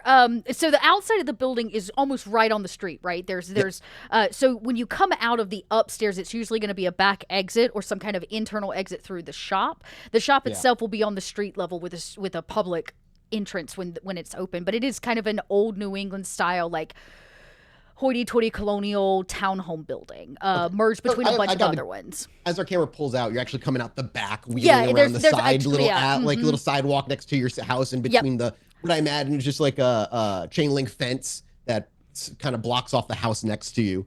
As in, you got Betty's like shopping cart probably fills that entire side like sidewalk next to your house. As she makes her way to the street, and one by one, we see each kindred get into a vehicle and shut the door. Get into another vehicle, shut the door, the engines roar. And as we follow, or the camera kind of turns to follow the cars driving in the distance, it doesn't move from the home. Because there we'll fade to black, and we'll take a quick break. And we'll be back in about 5 minutes. Oh, I'll post some pictures of I love it. the building influence online, everybody. We will be right back. We're going to take a quick bio break, and I imagine we're going to come back and meet our last character. Yo, yeah.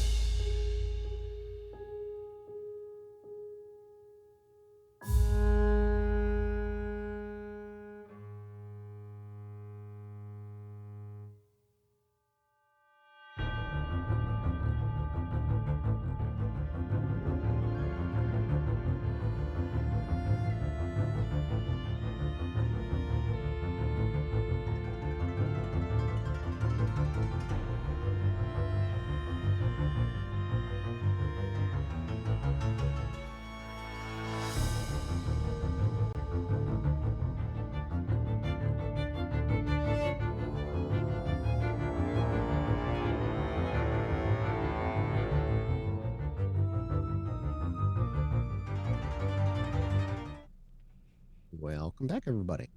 Okay, we're about to jump right back in. But if you're just jumping in here and fresh, make sure you hit that follow button here on Twitch. We're going to be live pretty much every Saturday, as much as we can get, very often here on Saturday at this time. Doing this until we come to the end of the story. If you guys enjoy what we do and you want to support us, dropping a subscription here at Twitch is a huge beneficial way of doing it. Also, patreon.com/podbynight is another great way to do it. And if you want to watch all the VODs afterward, youtube.com/podbynight to go watch it after that. All right. Are we good to go? Are we good to jump in? All right. Well, then, without further ado, everybody who is driving, please make me a dexterity drive check. I put points in this, Mathews. Hey, Yeah, shit, you're gonna get there Janet first. did too, but I'm down if Oh. I want to be driven. I will leave it to Elsa. Oh, okay. Who's driving? I mean, Is Elspeth? it's my vehicle, so I should probably. Okay. Yeah, I I was mean, gonna. the I two of mean, you she's not gonna debating. assume. She may mom you Dexterity from the drive, so- driver's seat, though. This is gonna dictate who might hits need traffic. Oh no. You say Elizabeth's Dex not a drive? good driver. No, 2 successes, not bad. 2 successes though. Yeah. my 2 dice. All right. Better than Leon. So, for now, you end up getting detoured just slightly because you end up getting a little bit stuck behind traffic. Who's with Leon? I think me, right? Is it Betty? Betty. Oh, you Yeah. got extra time in the car with Betty, Leon. That's fantastic. He's actually very happy. Yeah, about that. Leon and Betty get along pretty well. That's fair. That's fair. I was gonna say, is there anything you probably want to discuss? But I imagine it's a lot of Betty just being mischievous. Leon turns to Betty and is like, "Was I polite enough?"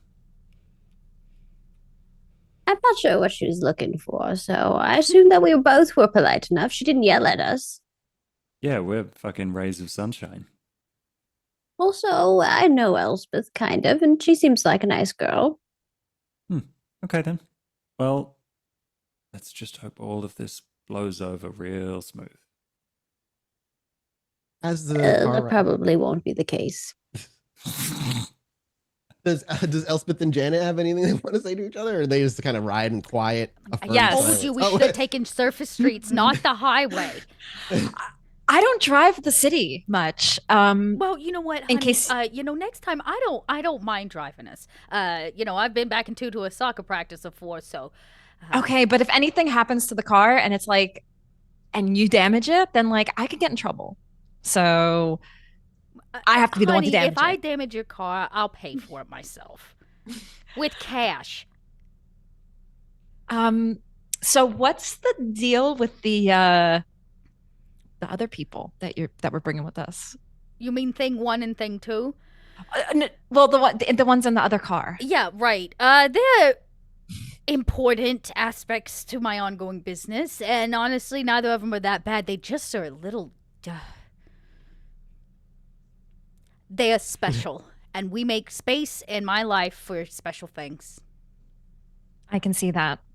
Yeah, Betty's got to ear to the pavement, and I can't always be on the streets anymore, so Betty brings me information, and Leon handles security. Oh, I see. So you have people for everybody, it seems. Well, of course.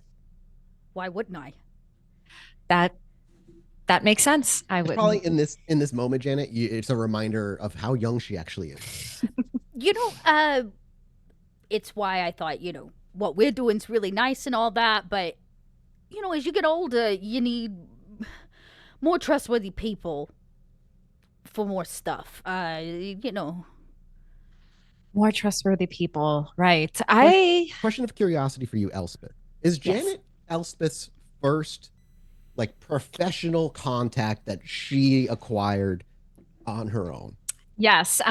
and she doesn't have many friends. I was gonna say, and only probably with the Yeah. only professional contact she has in the Camarilla or the Kindred world. Yeah. Yeah, I should probably do that too at some point, So, Meet people. How's the shop? Well, business has been it's not our busy season. That's usually the fall. Oh, yeah, So- Salem's so busy. You say that as you Yeah. hit, a very typical pothole out here in Boston. The whole car kind of rattles as the conversation continues. I hate these streets. yeah, They're so hard to navigate. Absolutely. We're going to make a right up here. Huh? Okay, yes. Okay. You know, these were built like in like early US time. So like, and they have not updated these streets. Yeah, they're working on it. It's been under construction like, what, 20 years? Yes. It's very annoying.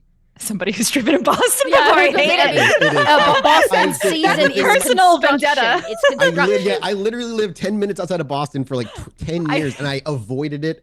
Yeah, it's driving in Boston. You know, you can hate it all you want, but if you ever thought maybe you want to move to the city, we could work together a little bit closer. You know, I could help you shop. It could be less of a tourist attraction and a money making endeavor. I'll think about it. I'm just saying, you're not without friends, kid. Friend, yes. Was that a genuine like pleasantness, or was that a fake pleasantness? No, that was genuine. Oh, she was okay. She just called it. Look, this isn't Ava anymore, Mathews. I'm just kidding. Just kidding. Just kidding. It is Ava again, actually. I took it as like she was like, "Oh, we're friends." Yes.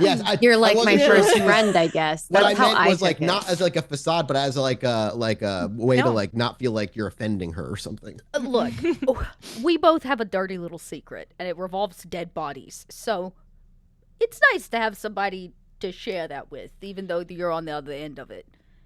I agree. It is nice. So when we have a good business deal, we got a good business. The moment we stop doing good business is the moment you aren't my friend anymore. Oh, is Elspeth keeping what she's going there to do also from Janet? I did mention that there's another package to pick up, though nobody inquired about that. So she mentioned you it. did mention it. Oh, I don't think you did. I thought I said that I need space in the car for another crate. Oh, you did. Okay. Oh, So yeah, are you okay? in that little Are you going to offhanded tell way, me yeah. about the extra luggage?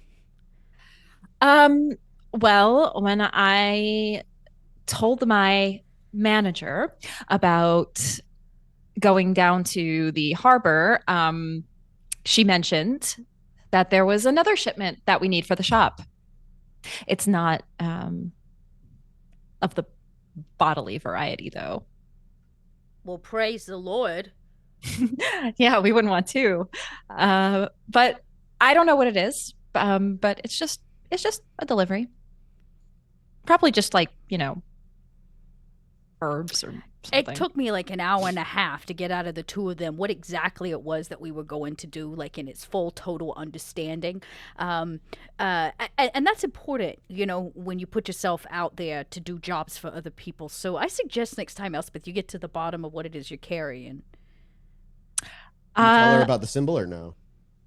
You don't have to do anything. I'm just asking out of curiosity. Yeah, I was just like sweating a little bit. Well, hey, you're still in blush of life. Actually, you could start sweating. I could start sweating. Yeah. Do you start showing signs of physical nerves? I didn't blush of life because I wasn't. Oh, you having weren't. vodka. Yeah, that's that was right. them. That's right. Oh, that would have been great in the moment. You just start sweating. To the bottom of it. I'm not trying to like play you here or anything, Janet. I actually don't know what it is. My manager just told me that I need to get it. Right, your manager. How is she? Still luminescent? Still ethereal, yes. I meant to have your manager say, "Give Janet my regards." Oh, she did say that, and I did? Okay. Oh, it almost slipped my mind that she sends her regards. Oh, well, that's very polite. I hope things are okay since she's in she's need. been she's been fine. Everything's been fine. Just business as usual. You know how that is. You businesswoman. I sure do. If I don't like it when business is just usual. That's not usually how you make money, kid. It's called a plateau. Honestly, I don't really know. I'm just learning things as I go here, Janet. Like, this is all new to me too. Do you know I how mean- old Janet is, or do you just like? Did Janet never share this? I don't know if Janet shared that with her. No. It's not polite. You would know you would know Elspeth is very young because she's new to the city. You know, Mhm. I mean, sirens have to be approved. I think what I'm trying to tell you, kid, is you can stay sheltered in your little hidey hole of an herbal hut for the next decade or more, and you're not gonna learn what you're gonna learn if you come out on your own and make your own way. I guess there is merit to that. Yes. You look studious. Let me guess, you have some big degree that adds a couple letters before your name. Yes. I did go to.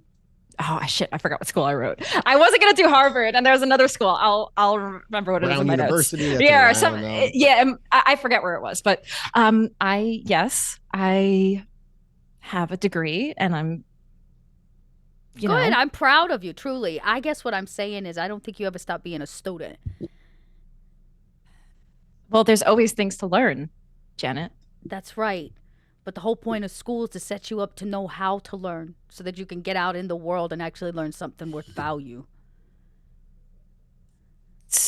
You just went from a Okay. library to a bookshop, sweetheart. What I'm trying to tell you Another is pothole. keep your eyes on the road, huh? I think what I'm trying to say is you have a chance. You know, you know me, you know the two of them. You're making your way. You're the only one of your bookshop associates who even make their way to the city at all. Right. Yes. So, you know, look at it as an opportunity to learn something actually new and not just repurpose books on a page. Put them into action, sweetheart. I will do my best to apply Ugh. what I've learned. Such a studious answer. Well, we're taking a left here. Slow down. Okay. I think we're almost there. As you look out, the sounds of the city have grown slightly more distant, and before you, as you approach the ports, a poorly lit, kind of isolated container yard. You were told to head to Pier number 4, and that's where you all drive to. And you can see the stacks of containers, which create like this almost dim rainbow of colors with all those containers kind of packed against. And those who take a smell, the scent of brine and rust kind of mixed together. You can hear the gentle lapping of the waves hitting the port walls themselves. And eventually you find a place to park, a good distance away. As you approach, you do see security gate that would prevent you from entering completely all the way through where the deliveries are, a few CCTV cameras as you would expect, and a couple of security guards that seem to be doing a typical patrol. All of you do eventually, park and come together. And I leave it to you as to how you would want to approach this. So where's Barnacle Dave or whatever? He's not going to be here. Who's our contact? No, they're not. He just gave you the job and gave you what to get and where to drop it off. That's Oh, all okay. that So we they got did. crate numbers. Yep, you've got a crate. You Yeah, got I have a crate numbers number. and box numbers. Okay.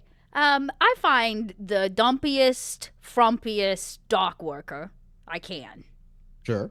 I Go saddle ahead and up. give me a. Let me get a roll out of you, but continue. But yeah, saddle up my purse on my sleeve, and I tighten my gloves, and I said, "Wait here, let me figure out how to find what we're looking for." And I just walk up to this man. I go, "Excuse me, sir. I'm so sorry to bother you. I'm a little lost."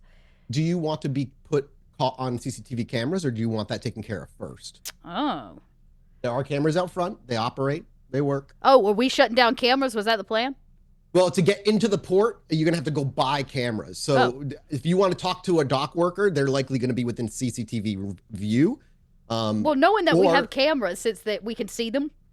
Yeah, you can just see. They're like old school I CCTV just look at cameras that are just kind of Leon. going back and forth. Oh yeah, I can deal with that.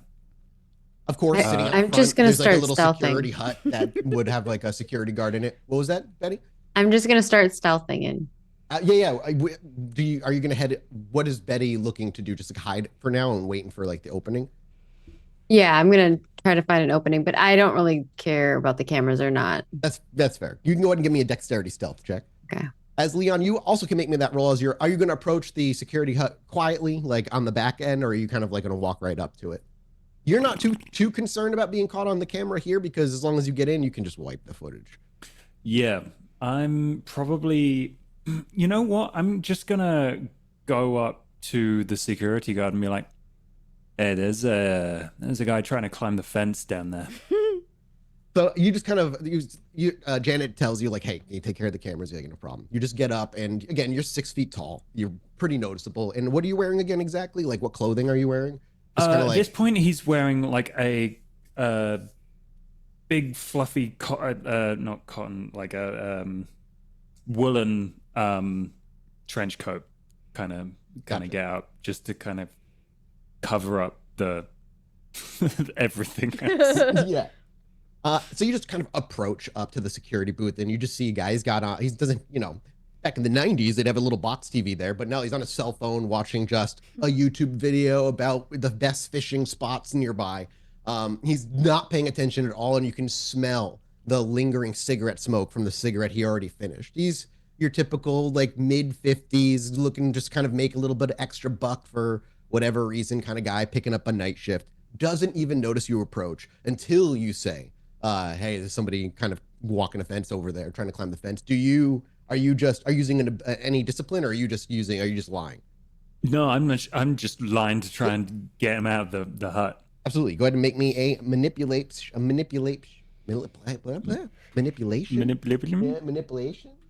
Subterfuge, please. Thank you. Cool. Yeah, shit. All right, willpower time. Yeah, well, I don't even have to ask. And I got a 4 on my stealth. Beautiful. 3. So 3. He jumps. You kind of startle him for a minute, and as he sees you, but you're like, "Hey, no, there's somebody down there." He actually looks over for a second, quickly looks back at you with a "Should I believe you?" but then reaches for his flashlight wordlessly. Gets up. You can hear the jingling keys as he stands up, and he says, "Thanks, fucking kids." And he just starts running out there like this isn't the first time this has happened. Mm-hmm. Leaving open a small laptop hooked up to like the network over here through hardwired through Ethernet cords, and he even left his cell phone here where he was watching again like that fishing YouTube video. Oh, nice.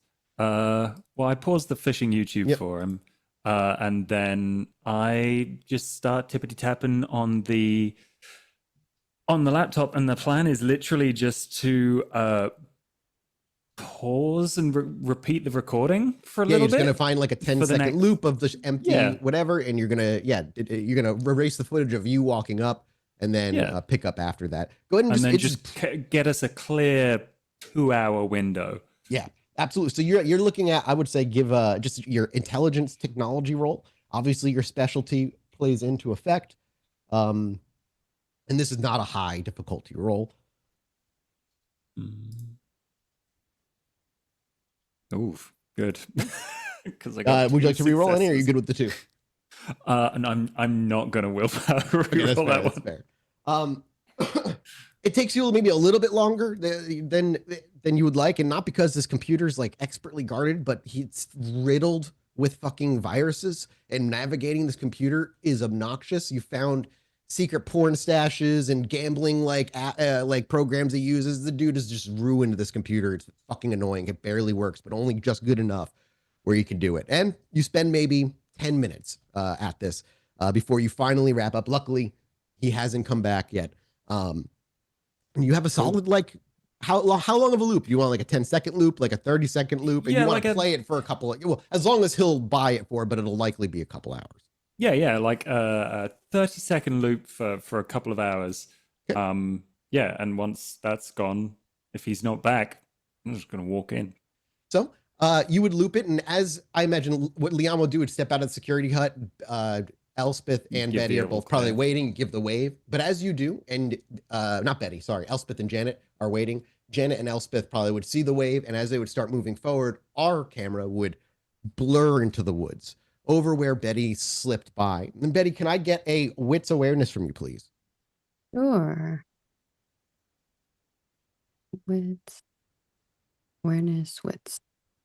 The other way around.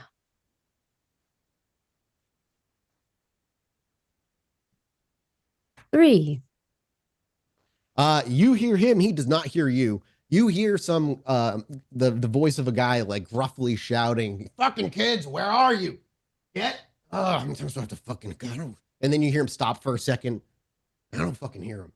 Just and he goes and he's gonna be walking up to you and by you because he doesn't notice you. But you see as eventually come into view this security guard kind of just half walking with speed, with a flashlight that's whipping across between the chain link, the big ass fence and the I wouldn't say wooded area, but like where the parking lot and cars are and other stuff, where you're hiding rather well.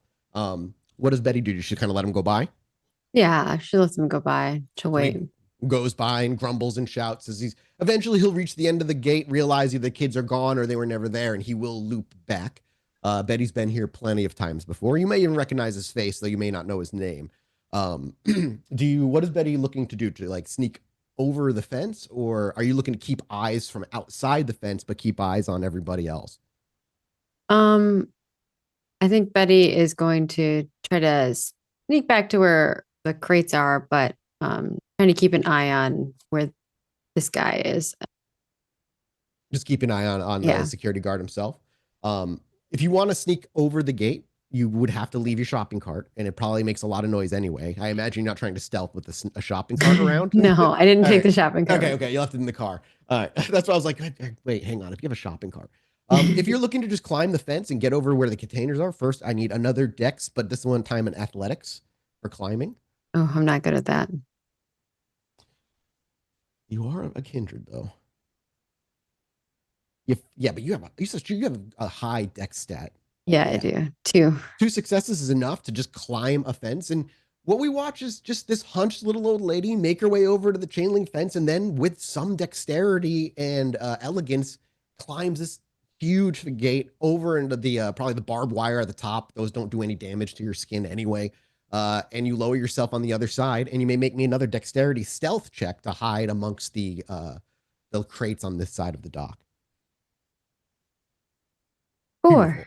You slip and hide, and you can actually see. You'll be able to, by the time you get and hide over there, you'd see the security guard on his way back, but Leon, Elspeth, and Janet are all walking in from the main area. The cameras have obviously been taken care of.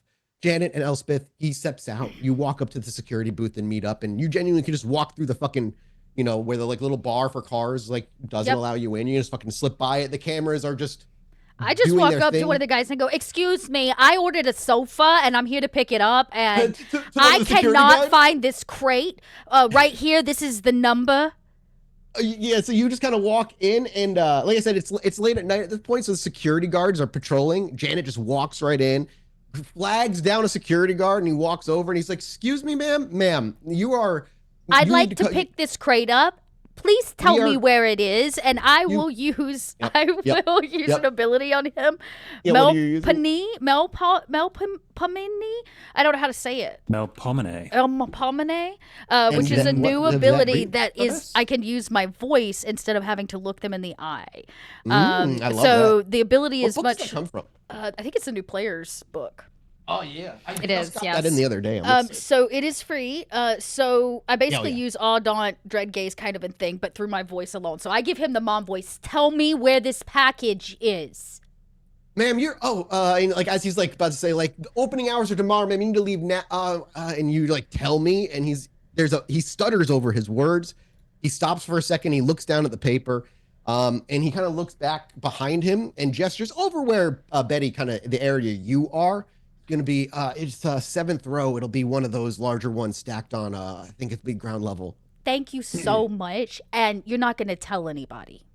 No, you just got to make it quick, because if anybody else sees you, your mama will be so proud. You see a little blush. Come on. And I just wave Elspeth on, like, let's go get our crates. Yeah, and he waves it on, and there's a moment in his cold heart where he realizes he's a security guard because he never got the approval from his mom he needed, and so he needs the approval from society by guarding people's packages. I know. He did a good job. He just needed some affirmation. And so they walk in pretty quickly. And now that we don't have to search through all of this stuff, we know where we're going. Yep. Did you and Elspeth compare crate numbers to see if they were different and the same? No, not yet, but I should probably Janet, I should do you know where this one is? This number? And as you look at it, it is maybe it's not out of the ordinary if multiple things for Kindred specifically are coming in similar crates, and this is the same crate as yours. You're likely seeing probably around so the half big one, of the stuff. shipping container. There's going to be a big shipping container is the word I'm looking for. Sorry, Well, not wooden crate, shipping container. What do you know? Oh. It's the same thing, and it's the same number. Come on. And I get to it, and I snap my fingers at the two, Yep. handsome twins. You would, Betty. This is where they would probably need some help, as these things are locked tight. Oh yeah, Betty just like comes out of nowhere. Oh my Yeah, you God. probably didn't see I'm her. She was 50 just years there. old. You have to stop doing that. I will have a heart attack. 50? Leon, it's incredible how stealthy she is when she's not wheeling around a shopping cart. I did not say that, Leon. I didn't say that either. Yeah, I didn't think you did. Is Betty just laughing, or is she just like watching them? Betty cackles a little bit and then like shimmies her way over to the lock of the crate. Okay, you may make me a dexterity larceny check. It sure would be nice if we had a key. Yeah, no such luck. Oh my gosh. I mean, who's send somebody to do the job without a key?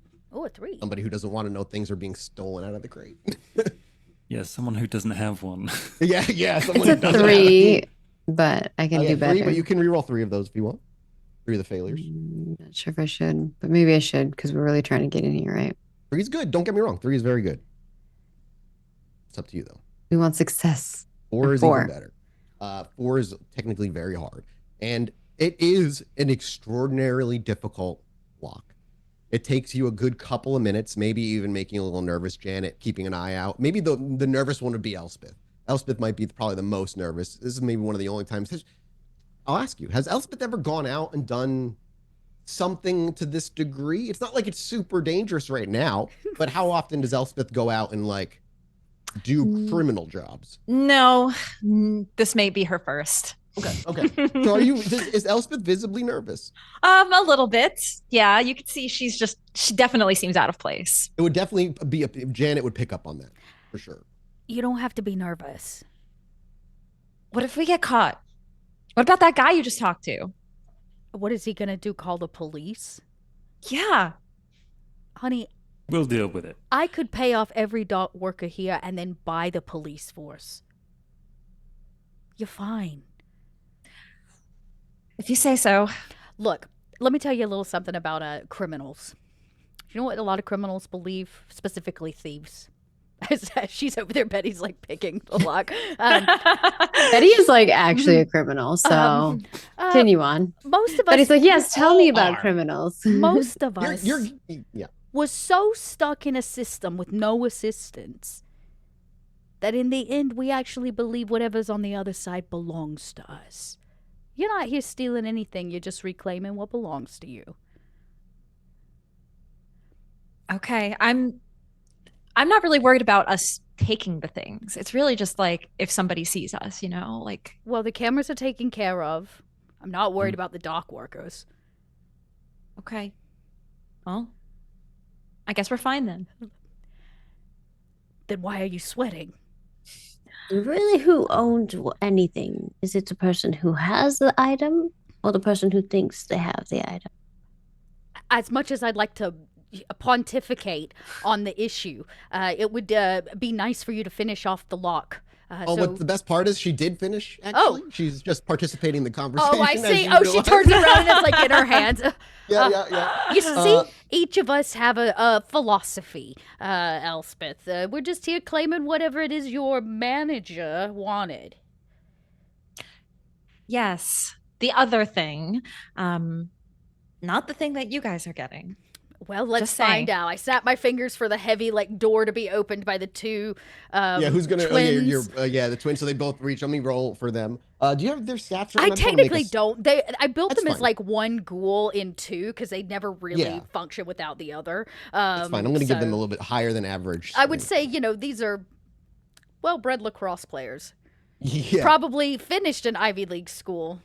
I never got to use that degree. 1, 2, 3, 4 successes. So they, without hesitation, walk up and they grab hold and maybe making Elspeth even more nervous. It's a sight to behold, for one. Maybe one you're not even fully used to, Elspeth. These enormous shipping containers. To watch two, well, ghouls, but still human, mortal-looking individuals walk up in bare hands, each take one and pull. The sound of the grating metal against the concrete.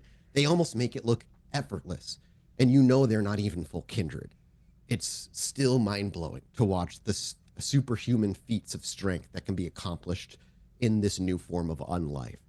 Within a few seconds, the doors are finished being pulled open, and you see inside various crates of various sizes stacked as neatly as possible, with enough room to walk through most of it.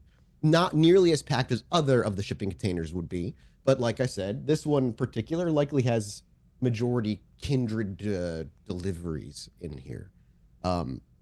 As you can see, only the moonlight really and some dim light from some of the lights in the port are the only thing that illuminates the boxes on the inside. As you stare at the boxes, who does what? Could I go and find a crowbar? Yeah, you absolutely can go look for a crowbar. God. But since you answered kind of the question I was trying to get at without getting to it, make me a wits awareness. Just Leon. You just like Leon's like, I'm gonna go look for a crowbar and walk away. You said Yeah. there's a couple containers in here? There's multiple crates in here for sure. They're of varying Betty sizes. is just going to scoot Varying around sizes. to find the one that she's looking for. I would like to take inventory on who else and what else has been shipped in this crate full of kindred curiosities. Well, most of it will be without an address, obviously for safety reasons. There would be no address. Yeah, but there's got to be some kind of give something me- on them. Give me a wits awareness as Janet, like it's almost like a a dragon finding a treasure hoard in a way, as these things open and Janet's eyes just kind of dilate. A wits. There's a lot here. Okay. Leon, did you want to add a willpower, or are you going to leave it at the 1? Just Leave the it at 1? 1. I'm gonna Okay. rouse. Your best bet, you're likely, is to make your way to well, what were you going to say, Leon? Sorry. Oh no, sorry, I just realized something. What? Oh, that I could have done the rouse like Dodd did, but never mind. Too Yeah, late. you want to rouse? Go for it. I'll let you rouse and add die. I got 2 successes. Okay, cool. We'll get to that in a second. Leon, go ahead and reroll your additional dice. Additional 2, so I'll just do this. Yeah, just do the 2. Nope, never mind. Unfortunate. So Piece you of probably crap. think you're like, best bet. Actually, the security guard probably had one. I imagine he would need one in case something gets stuck. You make your way back up there. He's still in the security booth. But you could the cameras are not being used right now. How do you want to approach? Just in and out as quickly as possible. I'm just gonna try See if you can and just like half sneak it. by. Do you want to check the security hut that he's in, or do you want to go to his car? What's more likely? Probably the security. The car. I'll go to the car. You make your way to the car. Stealth dex stealth. Oh shit. And you said you rolled 2, Dot. I did roll 2. And then you make me now I would say intelligence. Streetwise? I would say it's either intelligence, politics, or no, yeah. Streetwise also works. Either one would work. Politics or streetwise. Okay. This is a better roll. He's too distracted. As long as he rolled 1 success, he's not paying attention. 3 successes. Okay, I'll get to you in a second then, Dot. For you, Leon, you get to the vehicle, no problem. You peer in. Do you want to pop the trunk, I'm assuming, or do you have do you have larceny at all? I do. X larceny, please. Okay. Be able to slide open and the lock on the driver's side door, pop it open to pop the trunk. And as you look through, you see a bunch of stuff to change a flat tire. But in there, you do also see a crowbar. Amazing. All right. Yeah, I'm gonna As you grab do, that. You kind of shut the trunk. Yeah. And You actually, as you do, you hear behind you, well, what the fuck do we have here? can I quickly use ensconce What does that to do? hide this crowbar? While Okay, I'm yeah, holding hides it? the item. Yeah. Do you have to Yes. rouse for it? Or I no? don't have to rouse for that. It is Okay. just one item I can hide on my body. You just with you, as you stand up and close the trunk, as you hear the voices, as you turn around, you simply just make a gesture with your fingers, and the crowbar cannot be seen. And as you turn, you actually see 3 figures, humans, obviously, that are walking up to you from the street, kind of where you came from. And you see one brandishing a pipe, another one's got a knife, but the other one doesn't look like they're armed. Out of curiosity, are you able to detect what they are in any way? Not unless they're Markavians. No. No. What does Leon do in when they approach? I will also put this out there for context. It's delivery day. If Kindred are expecting things, scavengers are not an uncommon thing. Ghoul scavengers, Kindred scavengers, Anarchs, and Camarilla. Okay. We're gonna just start out strong. It's like, fellas, I do not really have the patience or time for this bullshit. And I'm going to start using dementation on all of them. Okay. Which Get that. Describe how that works, because this is the first time on a show that we've had a player that has this ability. So basically, I begin a conversation with them, and I think there is kind of a tone in his voice that slides underneath the words that he is saying. And as he begins to weave them this story of not really being happy with this situation, they kind of start to feel a worm through their mind. And he just kind of pushes like his perspective of reality onto theirs. And before we get to that roll, our camera will cut. And just as you're begin to have a conversation, we bring ourselves back over to the crate, the shipping container. You rolled how many for your wit streetwise? 3 2 successes, and you then said? 3 for the intelligence streetwise. Intelligence streetwise. While there are actually plenty of markings on most of these, the issue with them is that they're almost always encoded in some way, meant to be unique or throwaway so that only the person who knows them identifies them. With the exception of those who have immense pride, especially those of the Hecata, or at least the older family members of the Hecata. You see a crate, actually somewhat close to yours, that it bears the symbol of what Janet would recognize as once, because you were around during their time, the Cappadocians. Now, you know Janet. They don't exist anymore. Those bloodlines all had something about a fucking family reunion, and now they all are just Hecata. But before, and you're intimately familiar because the Giovanni in particular out here, were crime families, and they still are. They still are crime families. They run their own territories for the most part. They play by Camarilla rules, and the Camarilla leaves them alone. They kind of just are technically a part of them. But Cappadocians are not around any longer. At least, if there are scarce, if any. Much like the other clans out there, like Ravnos is another one where there's very few of them. To see, and maybe it's not surprising, maybe it is, but the Cappadocian symbol, of course they would have the ego to brandish their own. Elspeth, I found your box. Yeah, you found it. I sure did. I imagine this is it. Oh, Elspeth, wait. Wits awareness. Bub, wits awareness. Huh?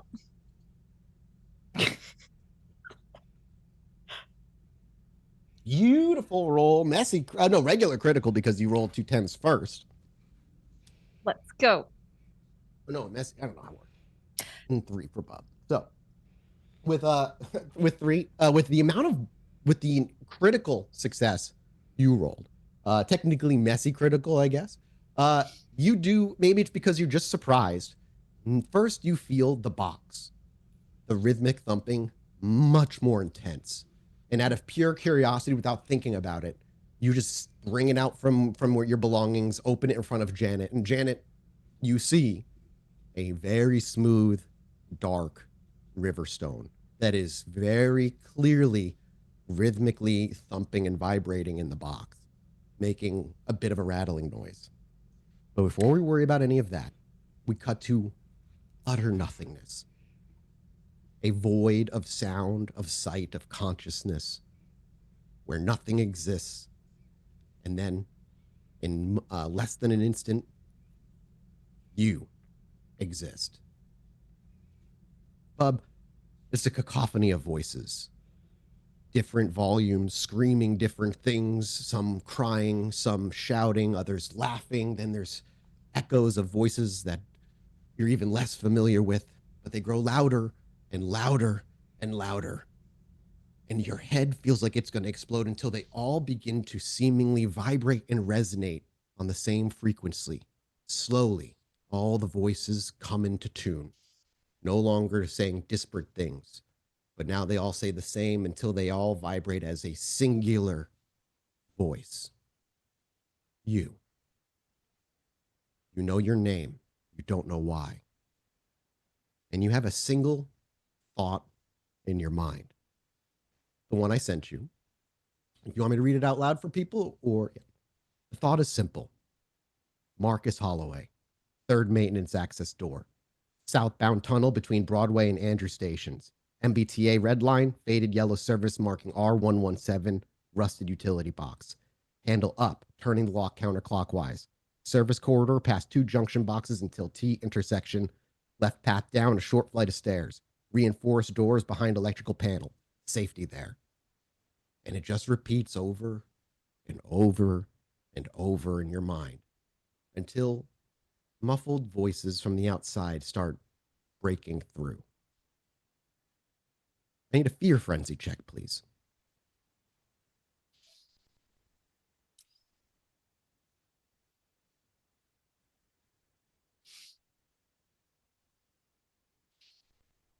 I got 5. It's beautiful. There is a true moment where the one thing you want to do is sprint to where that safety is. Smash out of this container, blitz through anything and anyone who dares get in your way, and be where, I guess it feels like home. Is that the word? How do I know that word? I don't think that's the word I want. Comfort, safety. Slowly you begin to realize you know words, you know language. You can speak, but you don't know who you are. You have moments of existence now, here. You look down to see yourself, but it's too dark. Eventually, you would hear hands on the container you're in. Bub, what would your character do in this moment?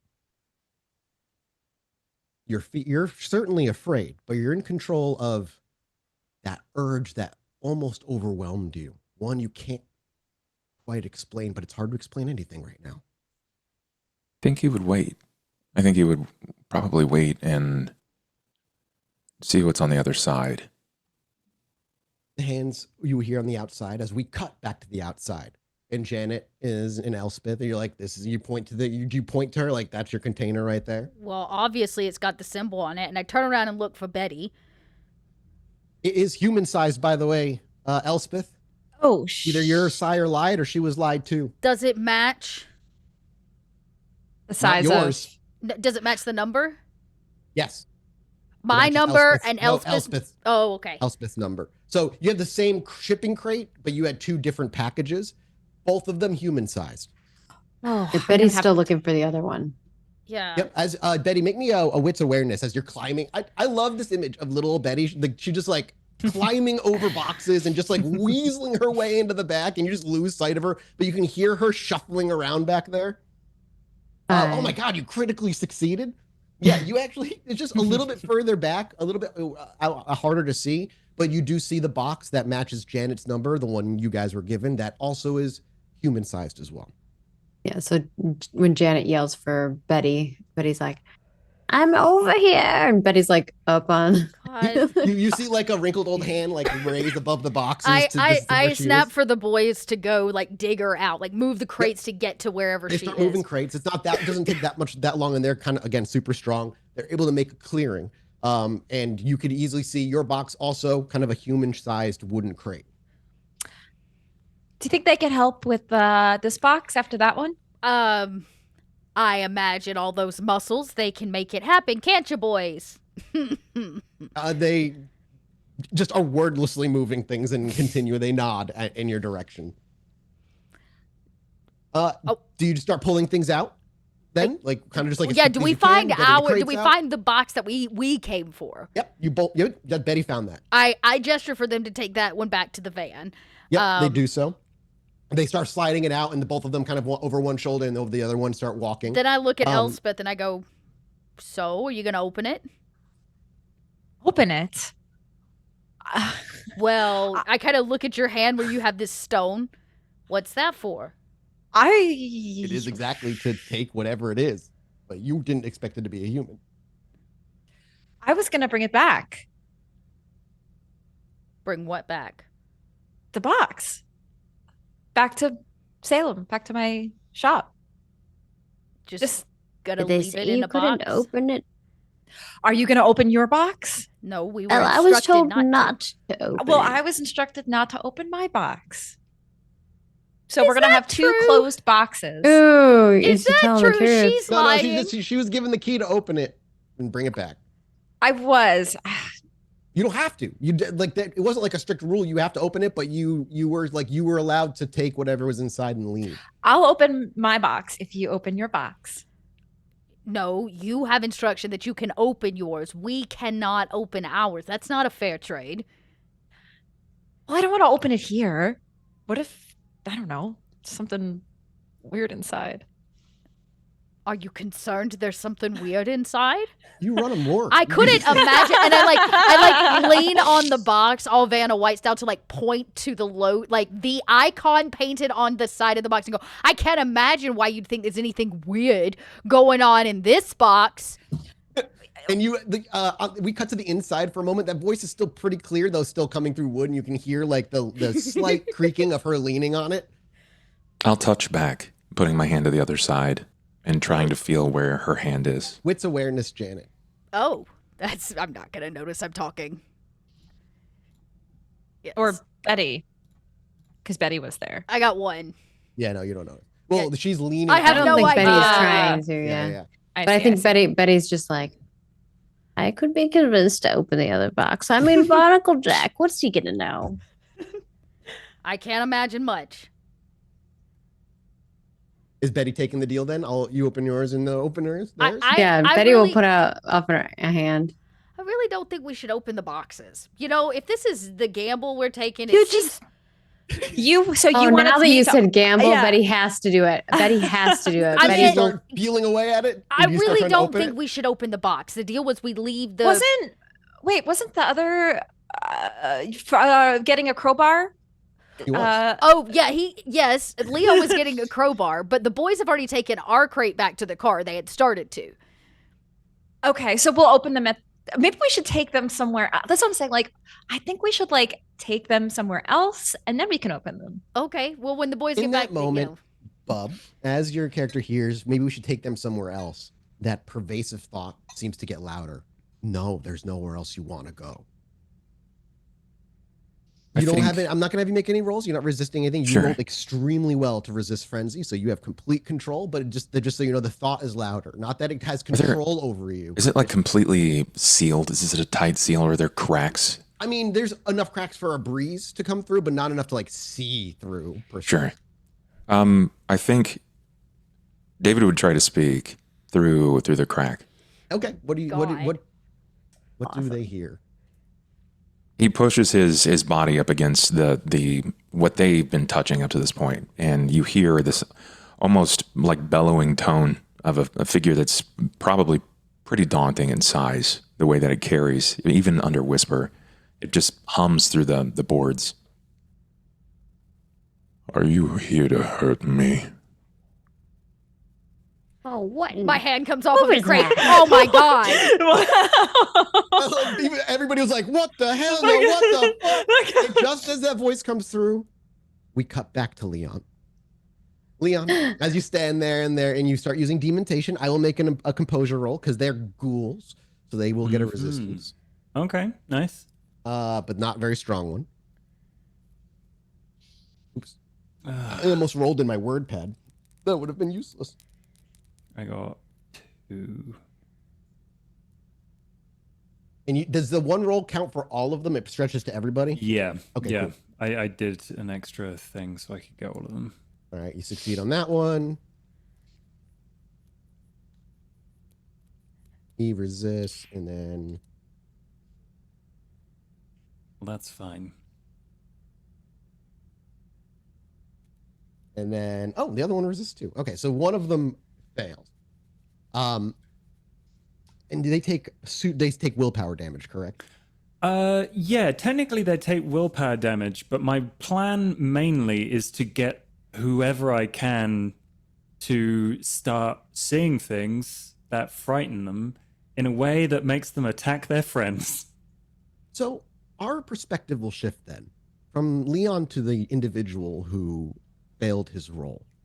We see and hear things through his eyes and ears, and everything's normal until Leon sparks up conversation. Is it the words? What were the words that you use exactly that begin to kind of weasel their way into their minds?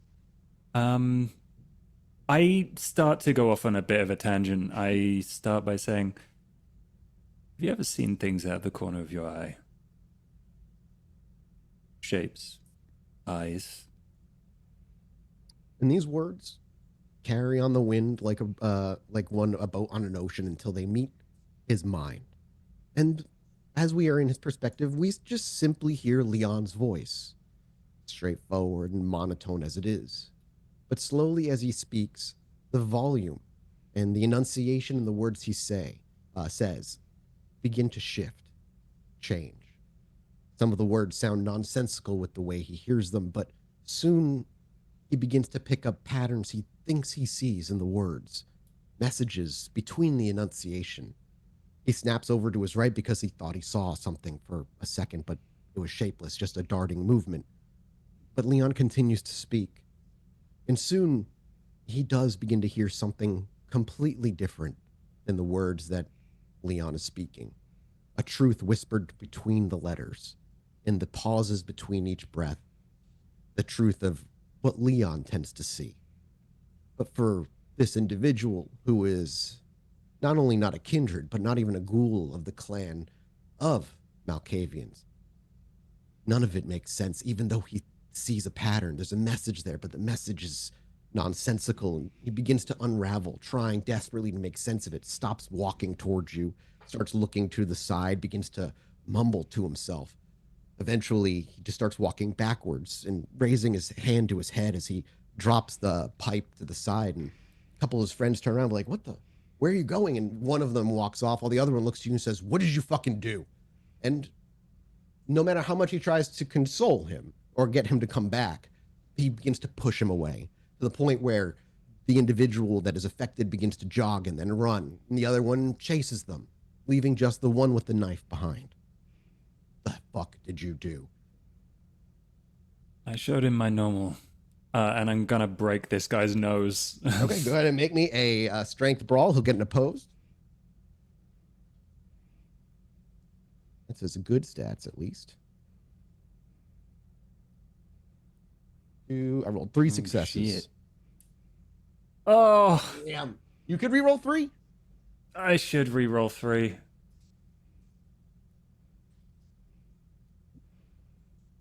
Two. So it nullifies down to 1. As you go, you kind of like walk up to him, and he's closing the distance. You're probably closing the distance to each other. Just as you get close, you let loose a very quick jab, looking to, like you said, break his nose.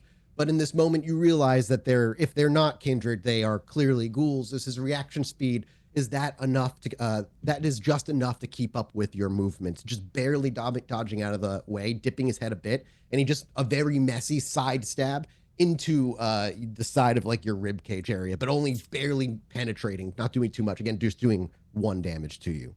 What do you do next? And you just hear him cackle a bit, and he's like, "Oh, fucking you! If I was gonna let you go, but not only am I gonna steal everything you fucking have, but I'm gonna drag your ass into the street and let the sunlight meet you." Get over yourself. And I'm gonna run. Fuck. You said you're gonna run? Yeah, I'm gonna run. Okay. Next athletics. versus his strength brawls. He tries to grab you before you roll. He can't rouse. At least, do you want to rouse? You can rouse. I should rouse. Hey, you're at hunger 4. Hell yeah. Oh shit, I am. Yeah. I rolled 2 successes, so that's what you need to beat to get away from me. All right, cool. 2 successes. But Oh, yeah. that one does not remove. No, it gives you the failure. It gives you success. So it's just like a regular success. He just barely. You can feel he actually grabs hold of your trench coat with, but not nearly with enough of the grip or enough time for you not to be able to tug away. But now he's going to sprint to try and keep up. Make me another Dex Athletics, as he's going to try and make a Dex Athletics and see how. I'm gonna run towards the others. Yeah, you're just blitzing past, right past the security guard. Why not? Yeah, that's fine. He has less strength athletics here. 2 successes though. Ugh. No, Unfortunate. I got 1. Bestial Eat him. failure. Oh, that's beautiful, dude. And then I can eat him. No, I'm just kidding. Yeah. You make it up to the security guard, like right before the hut, before he catches up to you. And he tackles you like a linebacker would, low and by the hips, and you just collide down to the ground. Your face scrapes up against the concrete about, and you hear him again just laugh. He goes, "I don't fucking think so, you little prick. Oh, I'm gonna have fun with this." And he drops an elbow onto you. Doesn't do any damage, but you are now prone and gripped with him. And the security guard comes out, and you hear him going, "Oh, what the fuck, man? God, I gotta call the cops now." And he's got his phone.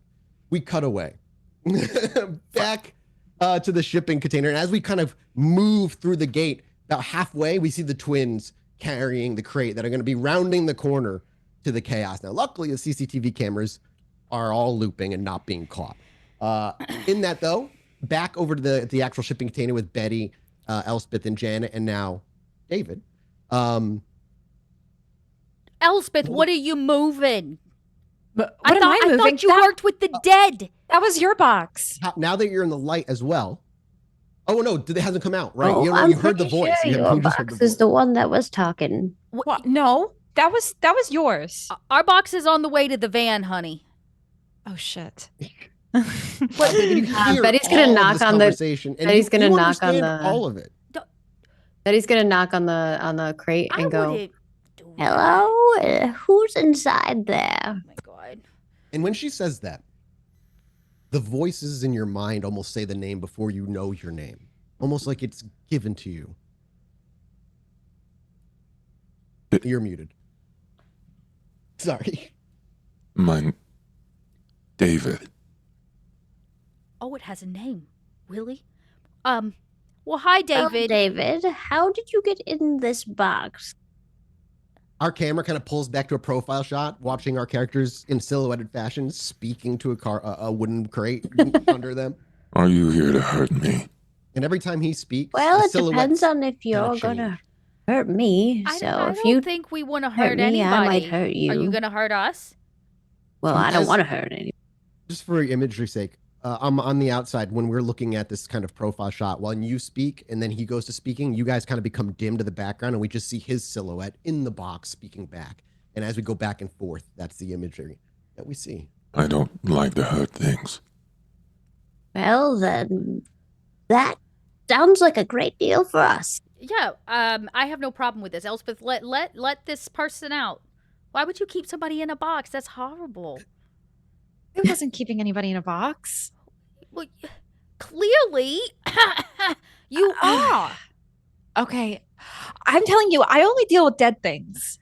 I don't know what this Well, is. Well, then I suggest you. Even you- sure you sounds know, like a not dead thing. let it Or maybe he's out. an undead thing. All that right, is all right, all dead, right. but alive, so an unalive dead thing like us.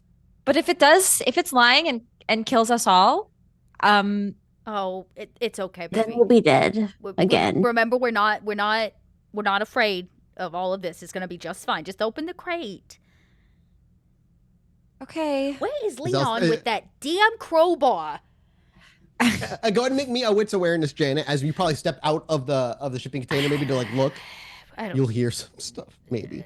Probably not. I got 1. 1? Yeah, they're too far away for you to hear the scuffle really happening. Who opens the crate, Elspeth? I'll take the stone that I was given Sure. and use it to try to open. So you just kind of like you kind of hold the stone, and as you bring it over to the crate, maybe surprisingly the door to like it doesn't lift and open, it doesn't unlock. What it does do, however, is remove whatever was on it, protecting it that you couldn't see.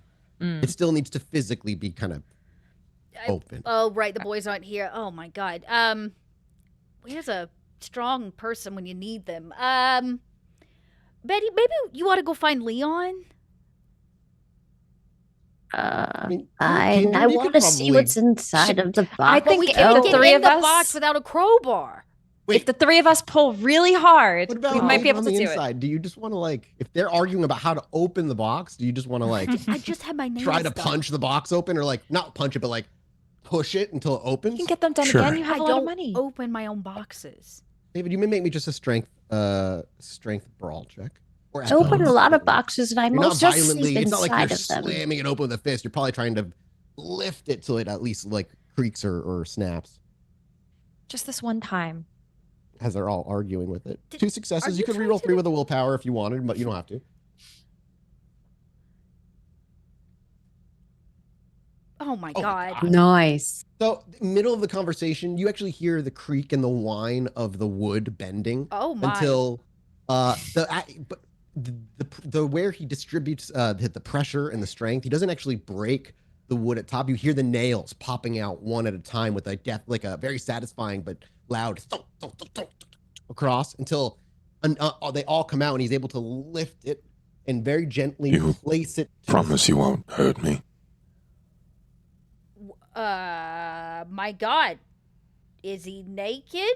Well, he's as he's lifting it, he's saying one more time before he moves to the Oh, side. "You yeah, no, promise." honey, come on out of there. You can't stay in the box. And so, as he moves to Although the that is side, a nice box, I might take it from you if you don't want it. and with a mix of the moonlight and the dim orange lights that kind of line the pier that spill into the shipping crate, we get a good look at David as he sits up and places the top of this box gently to the side and kind of finds his orientation. And while he's never done it before, he knows how to do it. Stand. What does David look like? Yeah. David's skin is the color of Carrara marble, smooth and cold, something like carved, not quite born. He's tall, barefoot, and he is naked. His hair is a ragged mess of curls, matted with what looks to be clay or sculpting material. When he steps out, his wings, it's most surprising, they hang low behind him, almost demonic in shape like leathery bat wings, but they're strangely delicate and gentle, like he's draped in shadow. His eyes trace over the 3 of you, golden amber, but they're moving in staccato rhythm, not smooth, it's tracing, but more consuming, like he's studying every follicle, every blemish, and every fold as he commits each of you to memory. Oh my. No wonder you were nervous, Elspeth. Uh-huh. As you get a look at him, Elspeth, it'd be hard for you to put a comparison to him because you've only been around for not that long. So a variety of different Kindred you have not really seen. Betty and Janet, however, you've seen some weird shit, and you have also seen some weirder shit. Nosferatu comes to mind. The wings, maybe he was flesh sculpted in some way by a Zamitzi. You don't know, but Oh, honey. he's certainly hard to hide. But you've seen some worse in terms of just like. Oh, I've Providence. seen a lot worse. He would. Elspeth, we got to get him some clothes. I He's gonna think give you might somebody a have to heart get back attack. into the box there. What are you? I'm Well, that's not David. very polite. Well, I don't know how else you're going to plan to carry him around outside if okay, he doesn't everybody- get back in the box. Just wait. I'll go grab one of the twins' coats, or maybe both of them. Just keep him right here, huh? David, as they continue to talk, you certainly hear their voices, but they become more background noise because something gets louder and louder the longer you linger. the rhythmic thumping that seems to be coming from the young one. Something that's yours, not hers. You don't know what, you just know. You're like me. What? Who? Well, she doesn't look anything like you. Me? There's a bit of confusion as he stares at you, and you kind of like, Elspeth looks back. You're not quite sure what he's trying to say. You're like me, but you know things that I don't. Did someone make you? Did someone make you? As you continue to speak and you look at Elspeth, the noise gets louder and you realize that the rhythmic thumping is coming from something that she's holding. And it gets louder and louder. It's yours. It's not hers. I think that is mine. As he gestures and his eyes maybe just dart down to the box you're holding, Elspeth. This? As she lifts it up and she shows you what's inside, the smooth river stone. That's yours. I think that is mine. This. Do you reach for it, David, or does he just... It calls to me. That is quite curious, as this is mine. That ring, every word what she said, particularly she said is mine, rings like one of the worst lies you've heard. That is not hers. Based on our conversation earlier, whenever you are the one holding the thing, it is yours. Then may I see it with my hands? Please. I look to the other two, like Elspeth, just unsure. So we have like a little bit, you're probably like, standing next to the box. And as we see you look up with that unsure look, just as about to hear somebody, we cut again back to the front. I was about to say, Betty left. Remember, she said she was going to the car to try to get him a jacket. Yep. Okay. Yeah. So just Janet then. But before Janet says anything, we cut Betty. back to the front. I'm sorry, Janet. Janet left to go to the car. We're Now gonna y'all mix have me these two doing names it. up. So Dave and with the character names, we'll get there. I promise. I'm like, I did? You know what? I'm going to accidentally be calling you Betty and Janet and everything. So just hang in there. It'll get there. It's because we have old-timey names. The old lady names. Yes, it is all lady. Before anybody responds, we cut back to the front where Leon is being held down by the security guard, and Janet is on her way. Janet, as you're walking up, you would actually see, we'll include you in initiative at this point, essentially, whereas you were rounding the corner, you see some sort of scuffle happening. But we're going to go to Leon first, as he's obviously going to take an action before you get close enough to. What are you going to do, Leon? You hear the security guard said he's going to fucking call the cops, and this guy is like just clearly happy that he's going to start stabbing you. Yeah. Crowbar Quest got real complicated faster than I thought it would. So I am Hunger going for, to... and for I'm going to bite younger this guy. too, I'm just going to fucking bite this guy. Okay. Yeah, that's fair. Go ahead and make me... do you want to rouse check for it? Oh, no, I don't want to end up at 5. Oppose strength brawls. There we go. Beautiful. Where's that tech roll from earlier? Let's see. Yeah. I could roll like ass though. So I didn't. Yeah, maybe. You take 2 more as you try to wiggle free, just to like your fangs slide out from your gums. It's hard to concentrate with the fighting for your life and the hunger that is utterly like trying to devour you. Goodbye, Maggie. But as you go for it, he actually pulls away and he actually throws an elbow to your jaw and says, I ain't stupid. And you can just feel the crack of your jaw as he lays in some extra hard. You take 2 more damage. What are you at for? How much health do you have total? 5. So you've got I'm at 2 3. more left. Okay. Now we will go to Janet, who's involved. You see this happening. Do I see the twins happening. like loading this crate in the van? They're like walking by they're like about to walk by it. They are not even paying attention to it because that is not their job. Hello. To go help him. Okay, so the two twins turn around, but also the security guard whips around, like, who the fuck? Oh, And, I go to the security guard. I can handle. I go, Sure. oh, honey, this is just a feud between brothers. You know, have you got kids? And I just try to start, like, distracting him. Yeah, would you like to use an ability or just Yeah, social? I think, I'm going to persuade him. I go, there's no reason to call the cops. Look, I'm a single mother. I got all these boys to take care of. Please don't do anything stupid that's going to cost me. I'm just trying to get my new sofa so they have somewhere to put their asses. So you just want to do a regular Yeah, just a regular persuasion. Yeah. Do it. He's immortal, so I'm not going to. He doesn't really get an opposed roll. He just. Okay, great. Just a basic. I'm just trying You to want keep to them. rouse check it to add any? to it? Yeah, why not? This seems important. I just need him to leave us the hell alone. I succeeded. Okay. I really just did. Yeah, I just want to Karen my way out of this situation.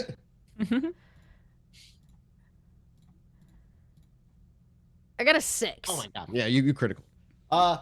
You talk him. He keeps looking over, and you see on his phone 911 having like right about to be dialed, and as you're probably like, please don't do anything stupid, you even probably reach your hand over and place his thumb, because your hand's cold, on the touchscreen to stop the call, and he lets you, and he looks really annoyed, but as you kind of like lay on this thick mother, like, oh, my boys, and just you look violent. like you've got brothers. You know how they get. This is just a family feud. You wouldn't stand in the way between us and a family feud. There's a moment where he like literally seems like he might be fighting with the idea of being like no, and then you see him reach up to his lips, and he pulls his lips back, and you see him missing tooth, and he just says, yeah, I know what it's like to have a fucking annoying brother, and he shakes it, but he looks back at now the other two twins are running up and starting to join in. Just look at. I take his chin and put his eyes back on me. I'm like, just don't even worry about them. We're so used to this. I'm just glad they're not breaking lamps at the house. And as you do, we'll go cut back. Leon, make me an opposed strength brawl, but I'm gonna roll, but with a huge penalty because of the boys. Because you're trying to bite him again, I'm imagining. I'm gonna bite. Yeah. So confident. 50% penalty. It's gonna roll 3d10. I rolled 1 success. That's more like it. Oh, messy fucking critical, bro. Okay. So, in that moment, as the boys actually pull his arms back enough for you to like lift yourself up, the fangs already having been slid forward. Do you just bite wherever you can, basically to like latch on at any point? Oh, I'm going straight for the neck. You just go straight for the neck, and so as you do, as your fangs sink in, within a moment or two, he stops struggling as he's still a ghoul, and this is happening. And you begin to feed. You messy critical. Unless somebody stops you, you will drain him dry, but in return, you are not going to frenzy. And that's the trade-off for the messy critical. And so you may the boys, as soon as the boys see he's been bitten, they've seen this before, they let go. They reach down and grab the crate and move with a bit more speed to them now that they realize, like, obviously the shit's happening. And Janet, as you're talking to him, you kind of keep looking, just glancing over, and you see Leon now is in control, and he's got his teeth sunk in. The violent part is happening. You just got to wait a few, like, it's about 15 or so seconds. Yep. That you have to keep the conversation going. So I'm like, why don't you just go back to your soaps? I'm going to go get my boys, and we're going to load up in the car. We found our sofa. You don't even worry about it. You just take a night off. And so you feed down to 0 hunger. And take a stain in the process. And the resonance was, let me get the resonance open. Ooh. The resonance was... I got that res. I walk over and tell the boys to go finish loading the crate in the van. Caloric. Ooh. All right. Yeah. As you, like, the last bit of his blood drops, his corpse is completely pale at that point as well. We see, like you said, Leon probably sits up and with his eyes closed and leans his head back, licks his lips, and just... Oh, Leon, honey, you should clean up your mess. Why don't you take your brother and go put him in the van so we can take him home? And I'm looking at this body now on the ground. You did a number on him. I suggest we get him home for some Neosporin and a Band-Aid. I'm sure you've got a nice meal for him waiting at home. I can't wait. There's fresh Jello in the fridge. Fantastic. So, you pick him Yeah, don't have to make a roll, I you pick just- him up. I yep. put one arm over my shoulder. Oh, I and do me a drag him favor. to the back of the I van. kind of size you up and down. I mean, I fit men for suits, so like I look you up and down. And I'm like, Oh, before you go, take your jacket off. I need to borrow the trench it. coat. Yes, please. I'm gonna just take it off and throw it at you. She's about 6'2". It will make it work. And I walk back with because he's got a bigger trench coat than the boys do. Yeah. Right? Oh yeah. Big time. So yeah. Leon helps. He loads the body in. You don't have to roll. Take a stain, Josh. Make sure you take a stain. I have one. Don't worry. Very cool. And the camera, as Janet is making her way back, we cut back to David and the others. And what was the last thing said? I apologize. I cut for thematic purposes, and now I completely forgot what the one-liner was that was I said. think I had asked. Or David said something, and it was There's something he wants David my little asked- thingy. Oh, yeah. yeah. The Can I stone. see that with my hands? I don't know about that. Look, we just met. Jeez. And I don't Is there a think way that I it's- can persuade here? Something that I can do to persuade? Well, you are very ethereal. If Tracy's willing, you can make opposed social roles in this moment Yep. if you want to. That's fine by me. So it would be you're just trying to persuade, charisma, persuasion, versus what do you roll in contest to that? I forget. Is it like composure? No, resolve. Let me look. Could be a resolve composure. Composure, intelligence. Mm. Just go with that for now. Okay.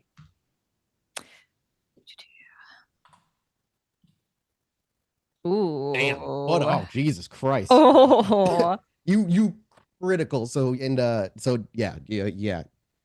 What does he say? What does he say that you would perceive him as being trying to be persuasive? What does David say? Oh, okay. I was gonna say. David doesn't really kind of like linger on anything. He just says that he will not leave. He just wishes to see it with his hands. And there's the way I would describe it, Elspeth, a youthful innocence in the way he speaks his words. They don't carry a threat. They don't carry a demand. They carry like genuine, vulnerable curiosity. Well, I've seen that look before. I don't think you're going to do anything nefarious. So here, if you say it's yours, go ahead. And she'll move the stone up with like her two hands, like cupping it in her hands. Like, here you go. David will grab the stone in his right hand and with his left. I think it's something that's natural to him. He just grabs Elspeth's hand. I thought he was to be like, clocks her, just punches her in the mouth for no reason. It happened. And while he's what is holding yours? onto the hand, he just starts inspecting it with his right hand, and it just kind of naturally falls to his side. Two things. One, what does your hand feel like? Is it similar to Kindred, where it is like it's just a cold flesh, or does it feel a little different than most would expect? You do look visibly different, and sometimes like a Samiti, that means you still, Yeah, you know. yeah. No, it's different. There's no smell, but it looks like cracked clay. His hands are smooth, but there are visible cracks all the way around his hands, coming down to the length of the forearms, and it's like he's been sculpting, or like the project that he wasn't quite finished, and he's not done. I will say that as he kind of just like grabs her hand, she's actually going to now, in her own curiosity, just like touch his hand and like just feel it out of just like genuine curiosity. Like it does. Yeah. Like, does it feel cold to the touch? Like, does it feel like clay? She's just going to like, see if she can garner anything from that. Its texture is very clay and marble. Like, yeah. Can I? No, I don't know if this actually. No, never mind. No. I was gonna see if this creature, because he was from a crate that's from my family. Mhm. if he has any ties to beyond. What are you looking to do specifically? I was gonna see if he was like a fetter, and like use the binding fetter on him and see. Okay, I see what you're trying to. I'm gonna use one of my Can you put that up there and so we know how it's yes, I actually don't even know if this is the proper way to use it. Well, I mean, Elspeth's new as well. She doesn't really know either. This is true. Vampire can enter a location according to ghosts. These fetters, I got you. So yeah, you just kind of like close your eyes for a moment and just kind of feel for what the veil will tell you through how it through its texture, thinner, thicker, and make decisions on that and whether it's tied to something. So go ahead and make me a Wits Oblivion check. Okay. You can reroll 2 of those if you'd like. Yeah, I'm going to reroll. Oop, that is wrong one. Reroll 2 dice. Ooh, so just 2 successes. And when this happens, for the outward viewer of Elspeth, you come more akin to the mannerisms of your sire, not out of ritual or strange like binded to her behavior, but because when you are in this state of being, when you extend your senses beyond that of the mortal realm, it's difficult to focus on the here and now of the physical world and the whispers and chaos of the land of the dead. You are distracted. It's hard, and you're young. So these senses, this what sits beyond the veil, also are almost still like hard to control in some ways. You have a hard time tampering down and keeping noise levels, for lack of a better word, equal. And sometimes messages comes in shouts. Sometimes it's just whispers. Sometimes it's a feeling. Sometimes it's an image. Whatever the case, it keeps you distracted from the real world. And mechanically, with the ability, you do get a -2 penalty on wits and dex rolls. That's just part of it. But you also kind of leave yourself open to this other world. And while you do look David up and down, looking for, what he might be or what have you, one thing you are certain is he's not an object. He's not a fetter that's attached to anything. There's no like spirit that's attached to him in any more of an unnatural way than a spirit would be attached to any other kindred if one is attached. The specific ability is for fetters only, and there's nothing like that. Okay. He's nothing like that. Okay. Strange. And honestly, the people around them might not even notice you have changed behavior because you just did it very quickly. And if you're coming out of it immediately, then yeah, it would have been just for a moment or two of just kind of a silence as you gaze, kind of like into space. But yeah, he is not a fetter. As this ability ends, Janet will be making her way. Okay, honey, I got you a jacket. We're going to just cover you up. You'll be so much warmer that way. David, right? How tall is David? David is in the upper 6s. He's also incredibly heavy. Yeah. You got some really broad shoulders, and I can deal with that when we get back to the, my shop. But for now, if you don't mind, can you? I'm not cold though. Sometimes we wear clothes even if we don't want to. I'm not cold either. But see, she still has a covering because to get you to the car so we can help you go wherever it is you need to go. You're going to have to cover up your chiselness. I think you should just keep it out there, but I don't think other people would like that. Within, there's only so much I can do when it comes to the cops and Am I ugly? No, honey. No. I would not say Everybody that. in the room, hell no. That ain't the problem. I would not say that. In fact, most people would consider you quite attractive, which is why we need to assure you get to the car safe.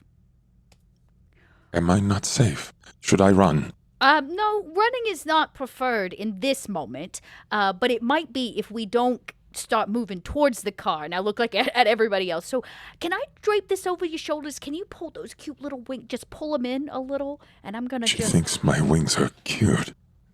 And he lowers himself. Okay. All right. I'm going to put this over your shoulders. And just like a mom suiting up a kid to go to like kindergarten, I help him put like one arm through the sleeve hole, other arm through, if I can get somewhat covered. So we see this like, this coat fit on him as best it can. And he just kind of stands there with it. And in one hand, he holds a stone, in the other, he nothing. And he's just got this jacket mostly covering him. Maybe you ride with Elspeth in her van. Is there anything else in the crate that he was in? Oh, as you good look question. in, good question. I won't even make you make a roll. No. Okay. Okay. Will you keep holding my hand? Me? Yes. Sure. All right. Well, now that we've got the buddy system to the car. Like, let's move. Ask for the stone back or not? Betty right offers her hand to Not yet. Okay. to Janet. Come on. I take her. I'm wearing my gloves, so I will hold your hand. I'll hold your hand and walk out. And I said, Leon's had a little bit of an incident, but cleanup is An incident? Shh.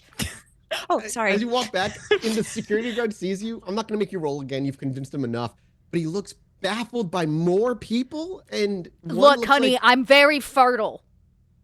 but he then another looks to child. Is Betty sneaking or is Betty with them? I'm with them. I'm holding Janet's hand. So he looks at Betty and he's like, I needed backup. It's Grandma. and he just looks. He has no words. And you leave him confused and Look, you walk by him. You're gonna get a rave review. We got our sofa. Just go back to your. Not gonna say a word. I promise. Just go back to your doom scrolling. Everybody get in the damn car. Everybody doom scrolling. piles into the vehicles. Leon is just what waiting is by the doom vehicle. scrolling? Oh, no, I'm not. I have a crowbar and I have a crate. I'm going to apply one to the other. You're cracking well, open in the crate. van. So you get back to me fucking levering off the top of this open the crate. doors, you open the doors In the back as of the you hear van. the wood snap. Uh-oh, open. I think he's in trouble, David. I smack him. Mom smack Well, him on the I'm back not of the snapping head. it. I'm he's just going like nail by nail. Yeah, Are we in you're trouble? trying to creak it open. He's in trouble. We were told not to open that crate. Did you I wasn't. like recklessly open it like Oh, that? no. I'm just going nail by nail, very nicely, one So he's nail at a probably time. like 2/3 the way through when you open the door of the nails. Do you stop him? I mom smack Leon on the back of the Okay, yeah, head. we hear that.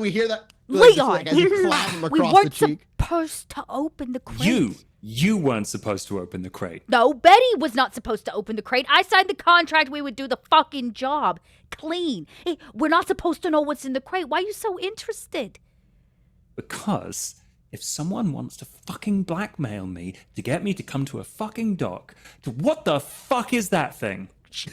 He's I am currently. David. This is David. He's As borrowing he's, your ducking jacket. down, and because he's so tall, like you, Your Leon, jacket is very small. we just see on the inside. We're inside with you, Leon. The camera pointing out to the open trunk, and we just see him leaning down ever so slightly, and he's like, "I am David." I like your shape. Hi, David. He's very I shapely like as your well. shape. Yeah. I like Okay. Like I said, he looks like a Nosferatu. for the Look, most part, Leon. I put my hand on the crate. And I'm like, look, Leon. A beautiful one, but still kind of like weird. I'm a little pissed about this job too, and I got my questions.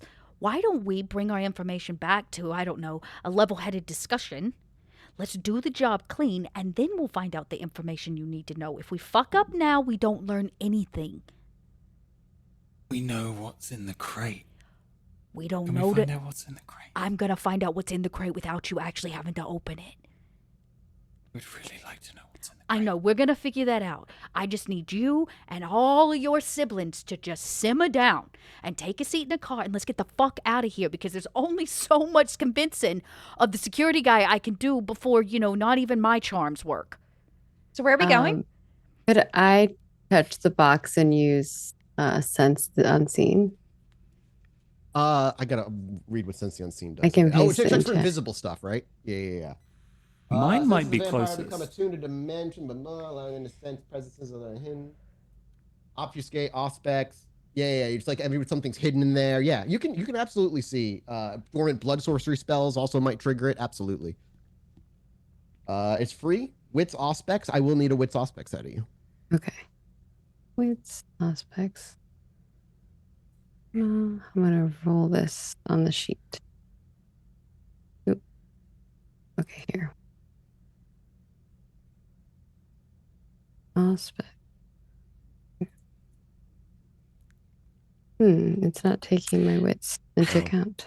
Yeah, roll 20 is a pain when you have to roll. Yeah, it's easier just to roll the total That's dice why I pool. just always roll manual. I never use the sheet. So what you'll do is under the action discipline, there is a roll die next to the dots.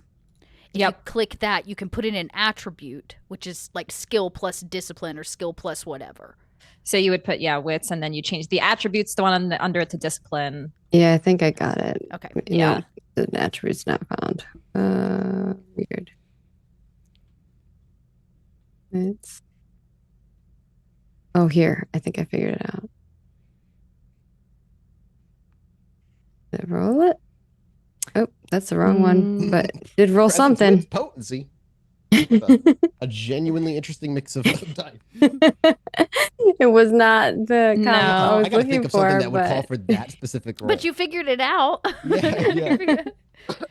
Oh no. No, that's right? That's what's That is no, correct, that's right, but it's bestiophalia. Oh, yeah, it's fine. Yeah. You literally lay your hand on it and you just feel nothing. Just absolutely nothing. There's nothing like bad that can happen from the failure. Okay, then I just go get my shopping cart. Okay. Yep. She goes, Betty wanders off, gets her shopping cart from the area she hid it in, wanders back. Leon, are you going to open the box or no? I am now surrounded by people that don't want the box opened. I'm just going to say it would be really nice. I can help. Can I be helpful? Very soon, David. David? Super David, soon. You're so helpful. We are going to leave Would this you box like closed. to help me? I can. Are we staying or are we going? We are going to We're leave going. now. My place is probably closest in Charleston, right? Yep. Oh, Charleston. It's not that bad. Okay, fine. We will follow you. Where are we Right. supposed to deliver the box to? There is an Betsy's address that's gone. given, and that address in particular is way up in East Boston on the border of Ministry Territory and Lupine Territory. Oh, God, we got to cross the river? Mm-hmm. Okay. I say, knowing where this is going to be dropped off, unless you want your family and your family's family and your extended family you didn't know you knew cursed, we're not going to fuck with the ministry. Yeah? Worst case, this isn't ministry at all. This is a much bigger furry problem. And I don't know about you, but I like my face the way it is. So I say we deliver the box and we hide out to see who picks it up, huh?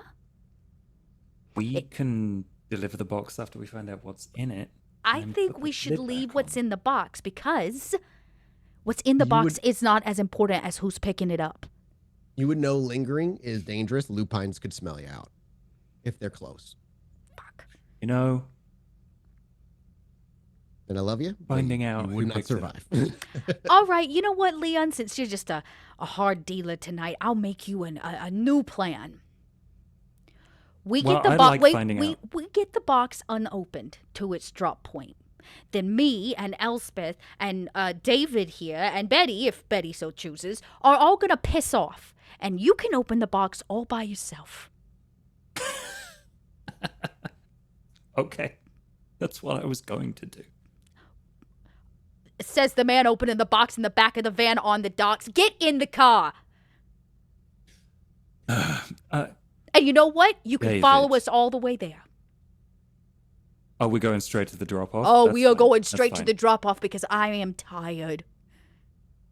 And I don't even have any vodka left at the We're house. not having this conversation. We are not having this We're conversation. just going to right put. now. We're going to put the. We're going to going put the yes. David and the box would you in the be car. A massive help. A massive. I am a Stop. massive help.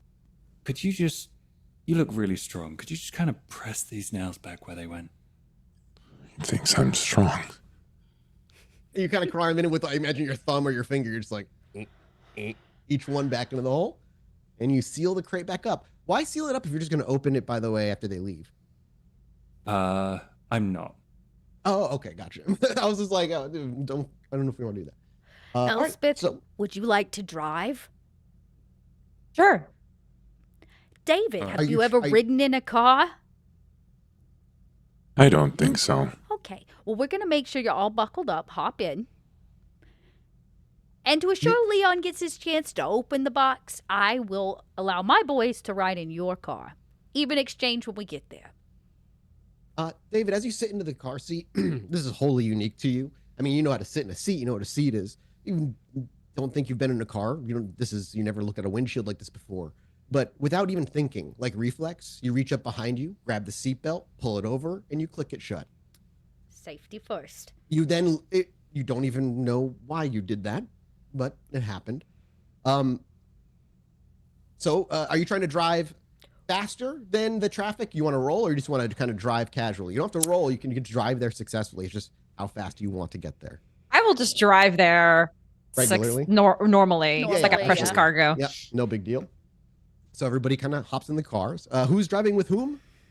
I'll drive my car. Okay. I mean, yeah, you got to get your car out of there, but who's going with Leon? Anybody? I sent the twins as a trade-off for the Leon? box, so when we get there, Right. I get mine back, he gets his. Yeah. Can Betty So still twins fit are with in you. there? If so, then Yeah, Betty can fit in either one. Betty will still ride with Leon then. Okay, cool. Yeah, with the twins and Leon. So then All right, now you David's have with somebody who can Janet talk at and least. Elspeth, yeah. Yeah. Mhm. As you're driving, is there any, again, conversation that anybody wants to have in either of these vehicles? So David, are you from Boston? I'm from a box. Okay, so you don't know where you came from. Were you transported here from somewhere? Do you know what Boston is? I know Boston. I don't know where I'm from. Oh, okay. Well, I don't know the rules yet. But I want to learn. I want to know why David is in the car. It's an intriguing kind of thought you have, David. Like you said, you almost instinctively say, I want to know the rules, because you know there are rules. But you don't know what those rules are, but you know there are rules. there are rules. I can tell you that much. I've been Can- learning all about Broke them. At least 6 of them tonight.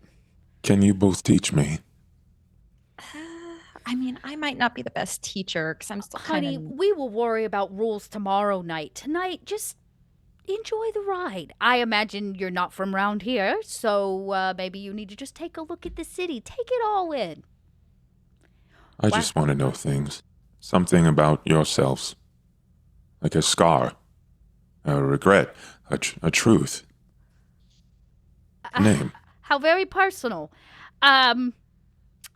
You know, David, maybe after we sit down and we share a cup of coffee and maybe we get to know you a little bit better, you can get to know me a bit better. Is your name Janet? Yes, sweetheart, it is. And you are Elspeth? Yes. If that's hard to say, you can like shorten it or something.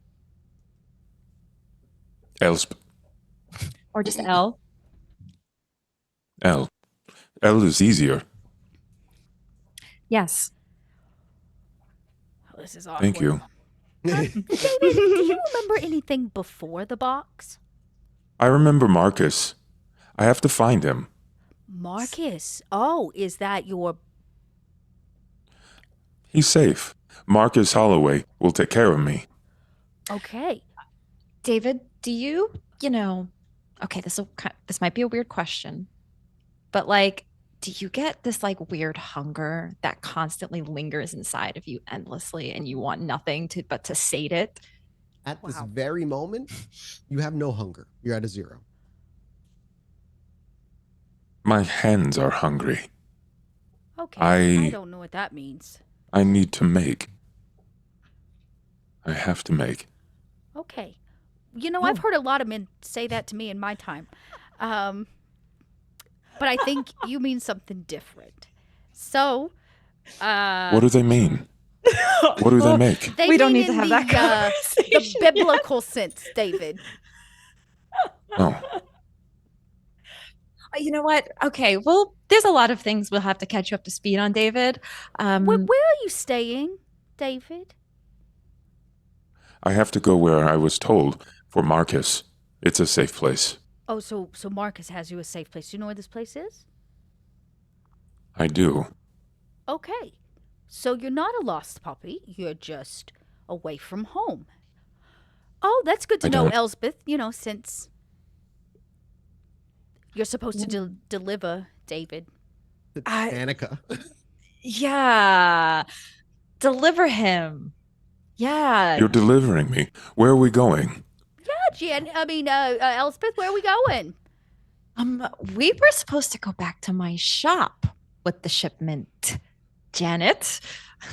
Oh, is it nice there? Yes, it's very nice. We have plants. Have you ever seen a flower before? I love flowers. Great. Yeah, you know what, David? After we make this package drop, we're gonna let you go with Elspeth so you can see the flowers.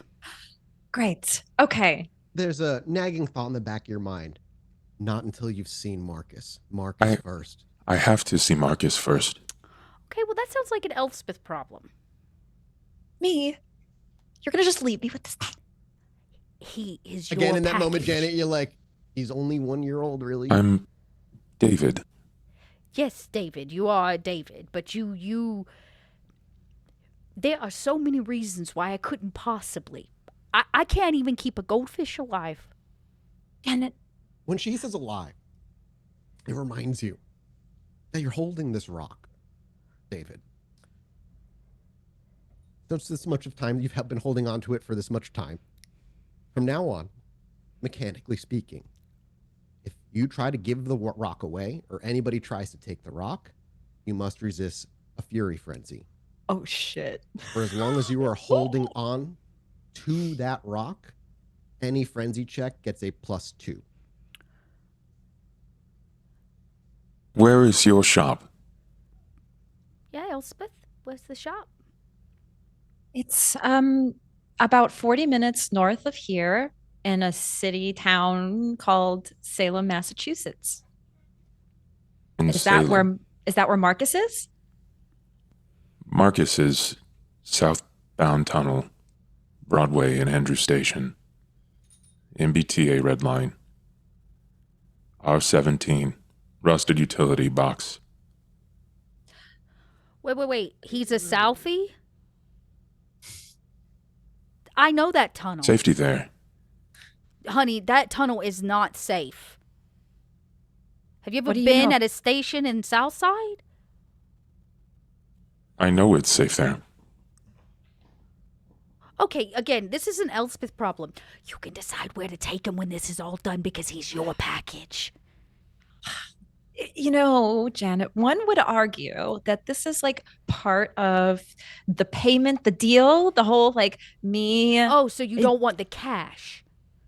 David is suddenly very, very unsure about what's happening. He keeps being referred to as the package. And there's a dead body their in the seat problem. next to you, technically, because I'm Yeah. bringing it home for later usage. That's the what Leon corpse killed. that Leon killed. Yeah. There's a fucking dead body in the car, by the way, David. Just like Mathews, sitting can I silently undo the buckle? Yeah, dexterity stealth check. Okay. Oh. Wouldn't the car start doing the beeping sound when you unbuckle? If he's in the front If it's seat, a- in yes. this minivan. If it's a modern car, if it's a yeah, That's annoying. it I is don't know. annoying. I don't know if my car is like Who's shotgun right now? Janet. Okay. Yeah. I 3 would- successes. And the rest of the guys in the car, wits awareness. You need to beat a 3. Oh, yeah, I'm not going to beat a 3.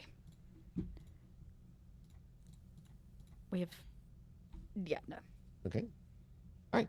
Elspeth, you hear a very silent click from the back seat of a seatbelt being unbuckled. And the corpse didn't do it. Not this time. Yeah. David, are you okay back there? I have to see Marcus. L. Oh, Elspeth's going to help you see Marcus, aren't you, Elspeth? Yeah, yes, I am. Are you lying? Do I need to make you have a roll? Yes, I'm lying. Okay. Manipulation, subterfuge, and you may make me a wits insight. I have a advantage called ingenue, which allows me to be completely innocent and blameless, and others will always think I have good intentions. So I can add 2 dice rolls I love to avoid any suspicion or deflect blame. That's fantastic. That's such that's such a very, I love that unique skill. and specific little skill. Yes, I love it. Manipulation, subterfuge. So I feel I like think it's very Hufflepuff. Yes. Yeah. What would you like from me? It's wits insight Wits insight. versus her manipulation, a subterfuge. Oh, womp, Oh, womp. need another 10. Would you roll? You can willpower. I don't know how many you've used so far. I do. I got a lot of willpower. You need 2 more successes to beat him or to tie with him. You know what? Let's do it. I got a lot of willpower. Down to the wire. Not by just 1. David, she may mean it, but she doesn't mean right away. I What's will. the name of your shop, Elle? It is called. Let me pull up again because I forgot already. It is called the Nightshade and Bloom. I will find it. I will come back to you, I promise. Do you think that's wise, David? You seem to be new to the city. Janet, Currently on can a you highway, thank him? there's no stoplights right now. You're just kind of on a highway driving. Can you thank the men in the other car for the code? No.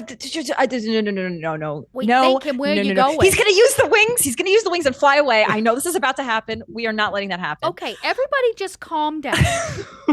David, honey, we want to help you. Can you tell us more about this person you're going to meet? I know you know he's safe, but if we help get you there, we also have to know he's safe. Mathews, I'm going to use a discipline, weight of a feather, and you'll feel it drops the effective mass and density of my person to practically nothing. Mm-hmm. And you have to spend It's free. Okay, cool. You'll both notice that the weight of the vehicle sort of drops in the back seat. Yeah. Yeah, it lifts up from the weight, and the door will kick open, and then David extends a single wing out. David, honey. No. Don't make me pull this car over. Oh, no. There it goes. I'm about. Yeah, so you're on the highway. The other There are car other- tailing us sees us. There are other cars on the highway. It's late at night, so they're not like close. But this is certainly gonna be one of those like, you won't believe I saw the Mothman, dude. I literally saw the Mothman fly in the sky. To do this, are you trying to do this gracefully, or just kind of like fall out of the vehicle and like let the wings do their It's thing? probably the second. It's definitely the latter here. Go ahead and just make me a strength athletics check as you extend your wings. I imagine Janet and Elspeth, are any of you trying to Panic. grab hold of him? Oh, no. Hell Remote, no. no? Our problem driving. wants to leave? No. I'm My God. Don't go, David. Janet, you have to stop him. Oh, I reach. And as the wing extends, and he kind of like looks to you, Elspeth, almost in like, I promise, but then he just kind of lets his weight go and just falls out. But before he really hits the ground, his wings extend, and you're going like 70 miles an hour, and the winds catch. And while they shouldn't, because of his size and mass, because of what he just did in the car, losing a lot of his weight, he weighs nothing. The wind catches him and sends him immediately into the sky like a hang glider would. As I imagine, maybe Janet's looking back and you're looking in the rearview mirror, you can see the silhouette of, just against the moon of these almost clumsy at first flap of these giant bat wings, but after a few, they find their synchronicity and he starts flying back toward the center of the city, and he quickly comes out of sight because he's just too high up. That is the fifth time. The fifth time we've broke the Camarilla tonight. Number 5. No evidence, though. You have done. Man, compare this to episode 1 of SOS, and like you broke the Camarilla like 5 times The there fifth too. time. And it was The fifth time. I didn't know you were keeping count. Also, Of course I'm keeping count. I'm a Ventru. And so two things. One, Elspeth, he took the stone. Shit. 2, he told you where he was going to go. He did. How does he even know where to go? The directions. I know that. Trust me, I know that tunnel. Okay, Janet, you have to take me there after this, please. We drop off your thing, and we're gonna go find that tonight. thing. I'm You know by the tired. time, but it basically, I'll say this, Elspeth, you would know. going where you're driving a hell of a way there and a hell of a way back. By the time you get back, there's no guarantee that he's still even How about there. this? Why It's don't now you or come never. home with me? We'll sleep out the day together. We'll get up in the morning. We'll fix our faces. And You're saying this Elspeth starts yeah. U-turning? yeah, I'm going the other way. I'm Wait. gonna find a little opening on the highway and no, we're going back. no, You can we turn- have something to deliver. I jerked the wheel back. Have you lost your mind? I promise you I'll help you find your little lost puppy. But he don't look so lost to me. He can fly. Oh yeah, I mean, yeah. For He sure. seems to be knowing where But he's going. Do He you? has- We're not- Your sire's expecting something tonight. We are going to lose him if we don't. He doesn't know where he's going. You can't We're going- lose something if you know where it's headed. I am not losing this thing. I'm sorry. Once we get David back, we'll tie him up to this car. We are okay? not taking anybody hostage. Do you hear yourself? And then we will go deliver your thing. No. Okay? I promise. No, I we're promise. going to deliver it right now because this one, we could lose our heads over. At least David is not our problem for the next 35 minutes. We're almost there, Elspeth. Let's just stick to the plan. I'm going back. I'm going to take the wheel. Listen. All right. That's Can I get opposed strength athletics? Actually, I think I'm going to get a little. You're gonna hear my mom voice come out. Do I know your middle name? No, I don't think you know my middle name. Do I know your last name? Vane. Vane. Elspeth Vane, you are going to keep this car on this road until we make this delivery, or else. Are you doing that voice, the vocal Yes, mim- I mim- am. I'm going to try to. So this would be a Daunt? no, because I have to look her in the eyes for Daunt, but I don't with the okay. other one. It's still free. It works just like Daunt. So, and then I'm going to this is important. I just want to get home tonight. Oh, I have Unswipeable Mind. You Can get I- bonus, right? Yeah. Yes. I forgot I have Because Fortitude. you're still gonna make rolls. So like Dot, it would base. It's a resolve. Okay, so no, you don't have to make a roll. Dot, you have to make a roll. It's a resolve plus composure difficulty 2. Yes. So I add. Yeah, you're gonna add charms, coercion. Why? Yeah, it's considered coercion. It adds. What's your dice? How many do you have at Fortitude? Oh, just one. so you're just gonna get a +1 on this roll. Okay. Do you? Oh my god, brother. Without the +1, you have a huge pool. I mean, it makes sense. You're Hakata, like it's your Great. mental. I state is pull the constant. gun from my purse and put it to your temple, and I say, I'm not playing around anymore. I don't need my powers to kill you. I will Elspeth, encase your feet in cinder blocks You- and drop you in the Janet, river. do you want me to haunt you from the grave? Honey, I'm already haunted from the grave. do you need a fear frenzy, Elspeth? Do you need a fear frenzy right now? You're getting a gun put to your head. Has this happened to your character before? No, it hasn't. We are She's so close. Very Blocks. serious. At least sounds very serious. So I will intimidate if I need to. I will just, if she accepts a fear frenzy roll, you won't need to intimidate. I will fear But- frenzy. Okay, let's do a fear frenzy. Mathis doesn't have to make enemies for us. We will make our own enemies of each other. While you resist the frenzy, you know what? Go ahead, Dot, make a roll, but you're gonna get a +2. What role am I making? You're gonna manipulation intimidation. +2 because you put Oh, a gun to okay. your Well, head. I'm assuming you need I it. did rouse earlier and took a hunger, so and I didn't get to use it on anything. So we'll say it was Oh, for then use this. it. Yeah. Just use it for this. Okay. Okay. Manipulation intimidation. I'm looking for you to be a difficulty of 2. Okay, that's enough. That's So, 3. because you're not a coterie and because there's not the interpersonal relationship yet, we let the dice decide. And in this moment, she means it. There is a gun to your head. You heard her pull back the hammer. She fucking means it, and I you know really she's like killed you. people. I really like you, Elspeth. All you gotta do is drive a few more blocks and let us make this delivery, and I'll go with you. I'll go If with we She you. means it. lose- She'll go with you. She'll go with you. If we lose that creature because of this, you're going to have to come back with me to my manager and explain why we lost the delivery. And if I die from this, yes, I will haunt you as a ghost. Okay, that's fine. I'll just add it to the list of ghosts that haunt me. I think what I'm saying, Elspeth, is We this should is really where look into make that, by sh- the way. That's And you see, it's almost like you see her passion immediately supersede any argument. The fact that You you, know brought what? it up, you could see I'll make just you a that deal. flicker in her eye. You can come talk to the ghost in my house if you just make this delivery. Deal. The gas station. Maybe go up and make a dexterity Like, drive check. Release the hammer, put it back in my like tiny purse, Yep. and seal it back up. And I was like, see, that's so Leon easy. and Betty, you see the car a couple times swerve and jerk for a moment before it speeds up and starts taking a. Did we see David fly out of the vehicle? Yeah, you were close enough to see that. Absolutely, directly yes. following him. yes, of course you did. I forgot that you were that. Yeah, you saw the door open and you saw David fall out, and then, in the way physics should not work, wind that just like lifted him to the air as he flew off. Oh, my fucking coat. Is the package in? It's with Elspeth because that's In the van. The Elspeth. box Yeah, it's box in is there. in the It's van. all in the. It's all in the. Okay. I think Betty just looks over at Leon. Did he just jump out of the car? Yeah, they fly now. Did we follow him? Are you kidding me? No. Okay. Do you want to find out what's in that box or not? Yeah. Yeah, or who's picking up? Yeah, okay, great. I mean, that guy was, That's how the other car goes. Yeah, are you going back and following him though, or no? No. Okay. No. I was like, I couldn't tell if you were being sarcastic.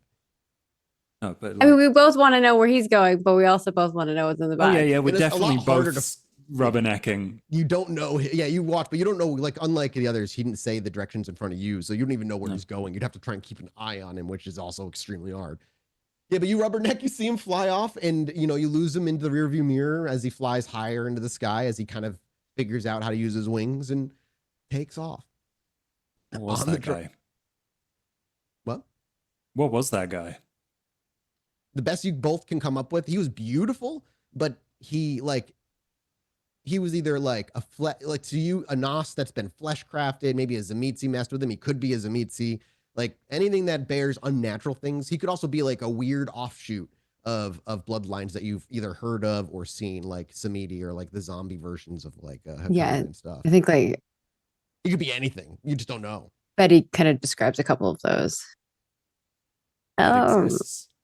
They do, but I haven't seen one like that before. Hmm. What are they doing in that car? Did one of them have a little too much to drink? I swear I thought I drank the rest of that bottle. I don't know. Clearly, the weight distribution's off now. Ah, that might be it. Oh, maybe the corpse came back. Oh, what? What? There's a corpse in there? Yes. Yeah. No.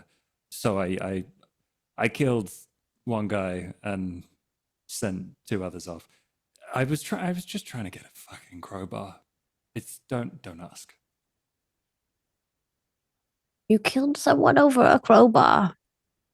More or Leon, less. this is not the way we do things. It's the way I do things. I'm very happy with how this went. Murdering people over crowbars. Well, it wasn't for the crowbar. What was He it for? My best guess was he was a ghoul that was trying to collect our delivery. But I mean, I dealt with it.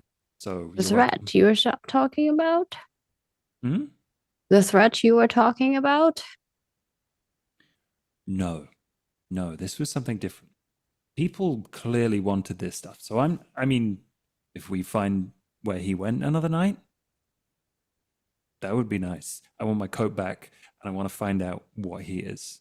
He's clearly not like us. No. Right. Then we know what our next thing is that we're doing after we drop this off. But I did make a deal with Elspeth. I need to know what's in the box. Yeah, we wait to see who picks it up and if they open it, right? What if they don't open it? Then we'll have the faces. Elspeth, Janet was right. But don't tell her I said that. Oh, I won't. And the vehicles drive. You go about half an hour, another half hour or so outside the heading north of the city before you eventually do come on the border of the Lupine territory. And the let me get that freaking map up so I can look at the not Nosferatu Ministry. Nobody's pulled you over. Nobody's approached you. You don't plan on poaching here or anything. When you arrive to the marked location, just a side alley next to a building, you see a large, unmarked, without license plate, pitch black SUV with dark tinted windows. That is clearly where you're supposed to be dropping off the body. There's nobody in the driver's seat. There's nobody in the vehicle at all. I get out. I check the twins are, and I gesture for them to unload the box and put it where it's supposed to be. And as then, you approach the vehicle actually just unlocks as though somebody's either watching or is aware that you're there. The trunk kind of opens on its own, one of those automatic trunks, and you slide the crate in. With the two, have the twins slide the crate in, rather. Yep. And as they do so, I take the crowbar over to Leon and I say, thank you for assuring I get dinner tomorrow night. Here's your crowbar. There's your crate. We're leaving because I promised Elspeth at the end of a gun that I would escort her to go find her flying friend. Oh. I want in on that. Well, But- Leon, sometimes we have to make the hard choices. You gonna open the crate? You're not going to make it over there tonight. I'll Oh. catch you tomorrow. Do you hear that, Elspeth? We can't do it tonight. I mean, you I could try. it will Think- require a drive check, but he knows specifics, but he may not know how to get to the starting point other than go south. I think we need to at least try this evening. We can drive around and look for our friend. I'm not in disagreement of that, but if worst comes to worst, you're gonna have to crash at my place, and we'll have to start again tomorrow night. That's fine. Okay. Okay, see? This worked out great. We're gonna leave before you pop the lid. I'm not going to do that. Oh! Sometimes just a good drive clears the head. You were going? Yeah, we're gonna go look for David. And you make your way Then- over to the vehicle, hop in, and I will need who's driving? Who's the Where better is driver of David the two? going? And he asks where David is going. He mentioned some South side. He's headed to one of the tunnels for the I don't know what do they call it? The metro, the T. the T. You can thank go ahead you. and you can actually give me a wit streetwise because he did give you some specifics. Oh yeah, I'm no Boston. Okay. Yeah. Exactly. Okay. Maybe. Or intelligence streetwise? Yeah, that would work too, for sure. That would be. Because Southie was my neighborhood, so. Okay, well, a 2. Still, 2's 2. You would know that tunnel is also now non-used. It's an abandoned area. Okay, it's an abandoned area. It's part of the rest of the south side that's going to shit. So it's not like anybody's going to be there. He might. Trust me, if anybody sees him in a tunnel, he's not going to have to worry about being in danger. So who's the better driver, Janet or? Technically, Elspeth? Janet's probably a better driver. I only have 2. I think you are under a little bit of stress. Let me take the wheel of the car just for a second. Do you want to rouse for it, or do you want to just do a flat deck? Are we just trying to speed down there? Is that the plan? Yeah, get there as fast as you can. I imagine it's really late, so traffic is like non-existent at this point. Okay. Well, 3, you're still at 3, which is good. You're just a not dex. danger level yet. Yeah, dex and drive. I just rouse for the sake of assuring that I come. Oh, through. critical success! Holy Let me crap. tell you, I have driven this way back and forth from their school so Yeah. many times. Yeah. So you actually will be able to get to the place that he is attempting to get to just shortly after he's there. But we will first, before we do any of that, I want to know what Betty and Leon are doing. Because they drive away, leaving you two. Yeah, we're alone. trying to watch who gets this box, right? You want it? Yeah. You also know lingering is dangerous because you're on literally lupine territory. If they smell you, they will find you. Yeah. How long are you willing to wait? I have an idea. I'm going to hide this car. And then we just sit in the car and see. Sound good? Well, you can do that. Betty's just gonna get her card out and just start walking around with her. How long are you willing to hang around near lupine territory? Oh, just I putting don't yourself in think the Leon car, has a but full concept of how dangerous lupines that's are. absolutely So fine. Betty would have a way better one. Leon, not so much. I think Betty would kind of do some loops around where she thinks that she'd be okay. Yep. But she's not going to return to where Leon is. Yeah, that's fair. She'll just continue on with her night from there. Leon, how you said you're totally fine just lingering as long as you need be. Once you hop into the car, and what ability are you using to hide it? use cash. Okay, cool. Is that a rouse check? Oh, yes. I was gonna say this is a pretty big thing you're trying to hide. So yeah. Okay, one hunger, which is really nothing. Yeah, and it just happens. It makes the car invisible. All right. Yeah, basically, I hide the Give car. me a wits awareness while you're in the vehicle.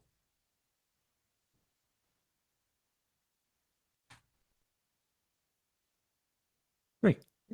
As you look around, this is this is like high end, like is Escalade Lincoln, like a Lincoln SUV, however, it's been even more so modified on the inside. When you step in, you notice right on the dash cam is a small little round camera that is just security feed from the dashboard into the back of the car. You would notice that as soon as you stepped in, it wouldn't take long. I mean, they would catch you, but the question is, do you care? And you also could try to connect to it with your mobile device or whatever you might have on you to try and loop security. It's not impossible. You know what? I'm glad you thought of it. You're a hacker, bro. That's what you do.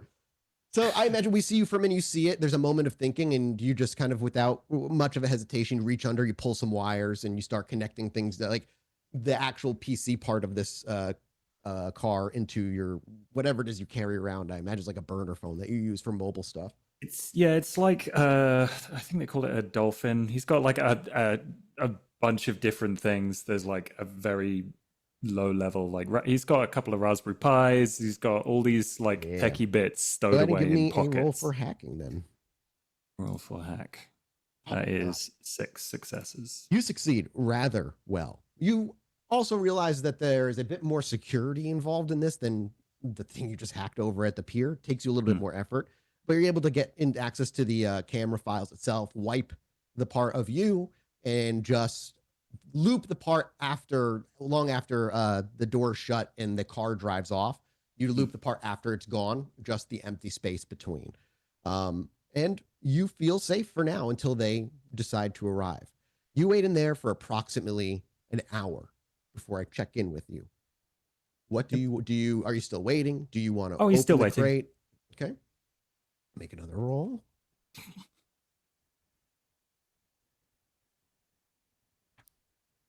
Oh my God, what the fuck is that bullshit? It's all failures? Jesus Christ, dude. After another hour of waiting, it is not a lupine that comes to find you because I rolled all failures. It is instead, you just see a woman in a nicely tailored suit walking around the block, clearly sticks out from the rest of everything here, and just with certainty rounds the corner to expect to see the car and then be stunned not to see it at all. Does she get any resistance? Oh, sorry. No. I'm not hiding their car. Hiding my car. Oh, I thought you were hiding the fucking truck that you were in the whole time. I'm like, she's going to be very confused, but that's fine. Okay, so she rounds the corner and she just walks past. I mean, the windows are super tinted and she's not expecting anybody in the vehicle. You hear the car unlock from the outside. The driver's side door opens as she scoots in and grabs the... Are you trying to hide, like stealth, or are you just sitting in the back seat? Oh, I'm hiding in my car, which is hidden. Sorry. I'm so confused. I'm so sorry, bro. I was like, what do you think? No. My bad. You see a woman in a suit. You see a woman in a suit get in the car, drive off. Here we go. That was way more complicated on my own misunderstanding. I apologize. No. I'm having you hack shit for no reason. But no. I'm glad I hacked the stuff because there's probably exterior cameras and that could have been absolutely messy. Yeah. So no, we're good. Okay, cool. All right. So you see the woman get into the driver's side and drive off. Obviously, she does not drive. She doesn't drive north into Lupine territory. She is actually driving south back toward Kindred in Camarillo territory. Sweet. Once she's way gone, I'm gonna go get Betty. Okay. As you go get Betty, we'll cut away again to David. David, you know to fly south. And it isn't until more familiar smells of a, well, now deteriorating and garbage-filled part of Boston that suddenly something feels familiar. Does David plan on just like landing and speaking to people? Like, does he care where he lands? How do we see your character starting to find his way? Because once he's in the abandoned tunnels, not a big deal. I'm curious how he gets to them. That's a great question. I think David is. It's like a sort of an intuition, right? Like he's probably just trying to follow what little bit of his memory sort of kicks over here for this. Okay, so we could do just give me a wits insight check and like a gut check. Can do. And then Janice, I was gonna make Janet roll. And you rolled so well, I don't need to make you roll again. You just whether you get there before him or not is really what I'm looking here now. Okay. Now then my other question is, when you feel like, I need to land around here, do you just land on the sidewalk? Like, do you care if anybody's around? I don't think David would care. Okay. It takes you a little while. You circle the south side a bit, sometimes zigzagging, sometimes following the patterns you've already done before until something just feels right about a spot. Maybe the way it looks from the top down, and you've flown before, but maybe it's the sky itself at this angle. You don't know. But either way, this is where you feel like you should land. And so do you just like kind of stop flapping your wings, or do you just kind of like glide down gracefully? Or is it graceful halfway and then you kind of like let go too soon? It's probably graceful in a drop. Okay. And as you do so, it's not that there's a ton of people walking around, but there are people out late, especially out in the abandoned areas and whatnot. And so you all know you're in Anarch territory. This is where it will be for the others as they arrive, which I gave you a little bit of like a player character Bible about what you know about the Anarchs. Is basically one name, not you, David, but the rest of you, know one name. And you know that for the most part, the Anarchs are kind of very separated amongst themselves, like until it comes to having to stand up to the Camarilla. But as you land, there is a couple people that are actually leaning up against a building that you land by, and one's got this kind of pipe up to his mouth, and he's just lighting it. You see the orange glow. But just as he's bringing it over with the other one smoking a cigarette, you land, and it completely startles them, scares them. Even he drops the pipe, it shatters. Whatever was in it, the ember of it, quickly gets put out. And the guy with the cigarette in his mouth, almost like a freaking like Terminator 2, just like it falls out of his mouth as he just stares at you in complete awe.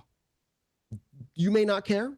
That's fine. I'm curious if you do or not. But I think David would turn, right? The moment that he sees him kind of panic, he would turn and start going the direction that he feels like he's supposed to go. And exactly what I was going to say is like, you just know. Would likely mutter, right? Like that thought, it's a tertiary thought, but it's like, maybe they lied. Maybe I am ugly.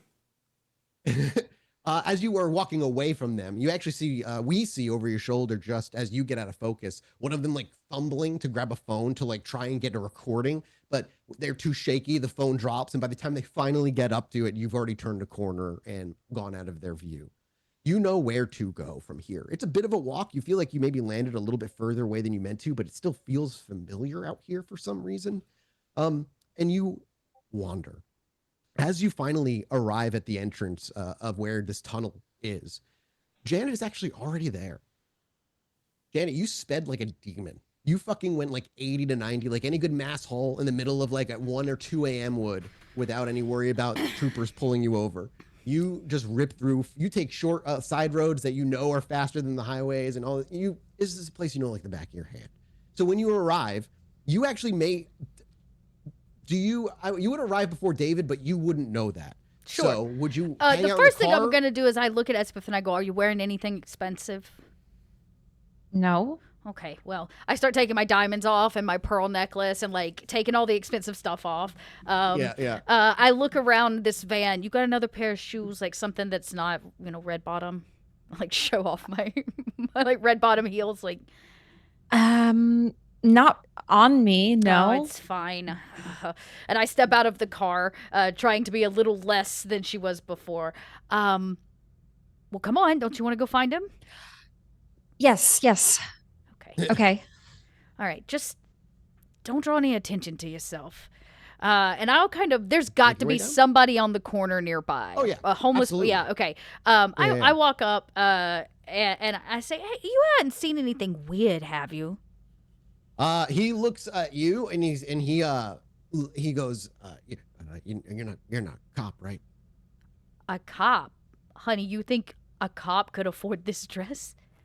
He smiles like, okay, well, what kind of weird are you looking for? And he reaches into his coat and he starts pulling No, a plastic no, baggie. no, honey, that's really sweet. As much as I'd like to partake, I'm actually looking for information.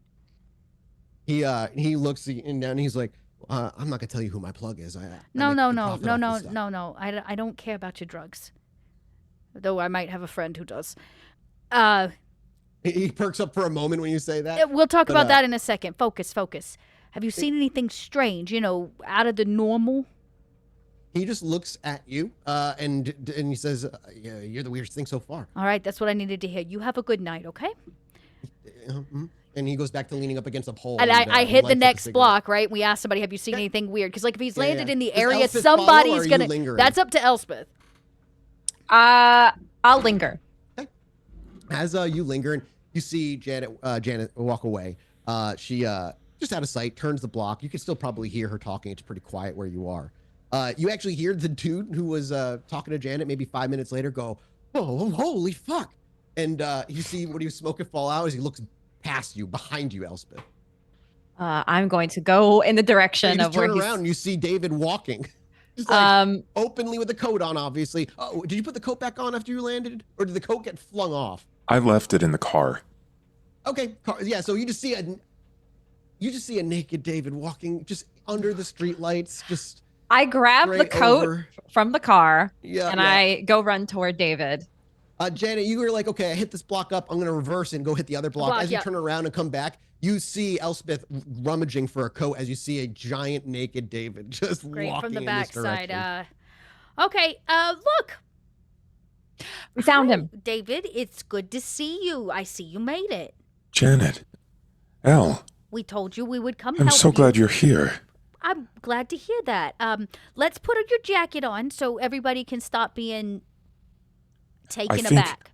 I think you lied. I think I am ugly. No. They ran from me. Honey, it's something called modesty, okay? It's their problems which make them uncomfortable with your body, not your problems. It's not your fault. Your body is fine. Thank you. You are Thank you. so Have you come to see Marcus too? No, honey, we came to make sure you made it to Marcus okay, because in truth, which we weren't totally truthful, and I understand that spooked you a little bit, made you scared. Yeah. Yeah. I could tell you were lying. Yeah, well, I'm going to be really truthful with you right now. Elspeth's going to be in trouble if you don't also come with her. But I have to see Marcus first. And that's fine. We learn as we get older, since you're fresh from the box and all that, that sometimes we have to prioritize, and if we promise to let you go see this man, you have to promise to come with Elspeth. I promise that I will. See, Elspeth, was that so hard? Okay. I'm glad that you do all the talking. Okay, I'm going to catch a cab home. Elspeth, why don't you escort David to see his little, You're going to leave me? Oh my God, what am I, your babysitter? Oh, gosh. Okay. I'm not going to hurt you. Oh, honey, we're not worried about you. Let's just button this right here, okay? And I kind of keep adjusting his coat. As you do, I know we've run over time at this point by a good chunk. If we're gonna wrap, I want to end it with this scene. But if you I know Maggie and especially Josh is a different time zone. Your characters have kind of split. You're welcome to kind of bow out here while we do this scene. But it's gonna be another 10 minutes probably. I don't know if it's okay. You guys got life. I don't want to impede on that. Thanks for you guys over this. So here we go. Yeah, does David just start walking down? Yeah. He walks down and you enter the abandoned tunnels. Anybody who may be here, you hear the skittering of footsteps, both that of rodent kind and human kind. But the pack of you as you are avoided. Eventually you make your way to that rusted box, the one where you ended the directions when you were talking to Janet. But you reach forward, open it, and within you pull a lever and almost intrinsically turn it counterclockwise. You hear it grinding. It takes a little bit. It would take rather a little bit of effort for you to do so, but you are stronger than most, and there is no effort needed with you in particular. As you kind of turn it, a door from the abandoned MTA office section, you hear a rusted lock let go with a bit of a clank, and you can hear some of the rusted metal hit the ground in like a dust over just ahead of you to your left, and you just walk. And you follow the rest of the directions. You probably don't speak them out loud.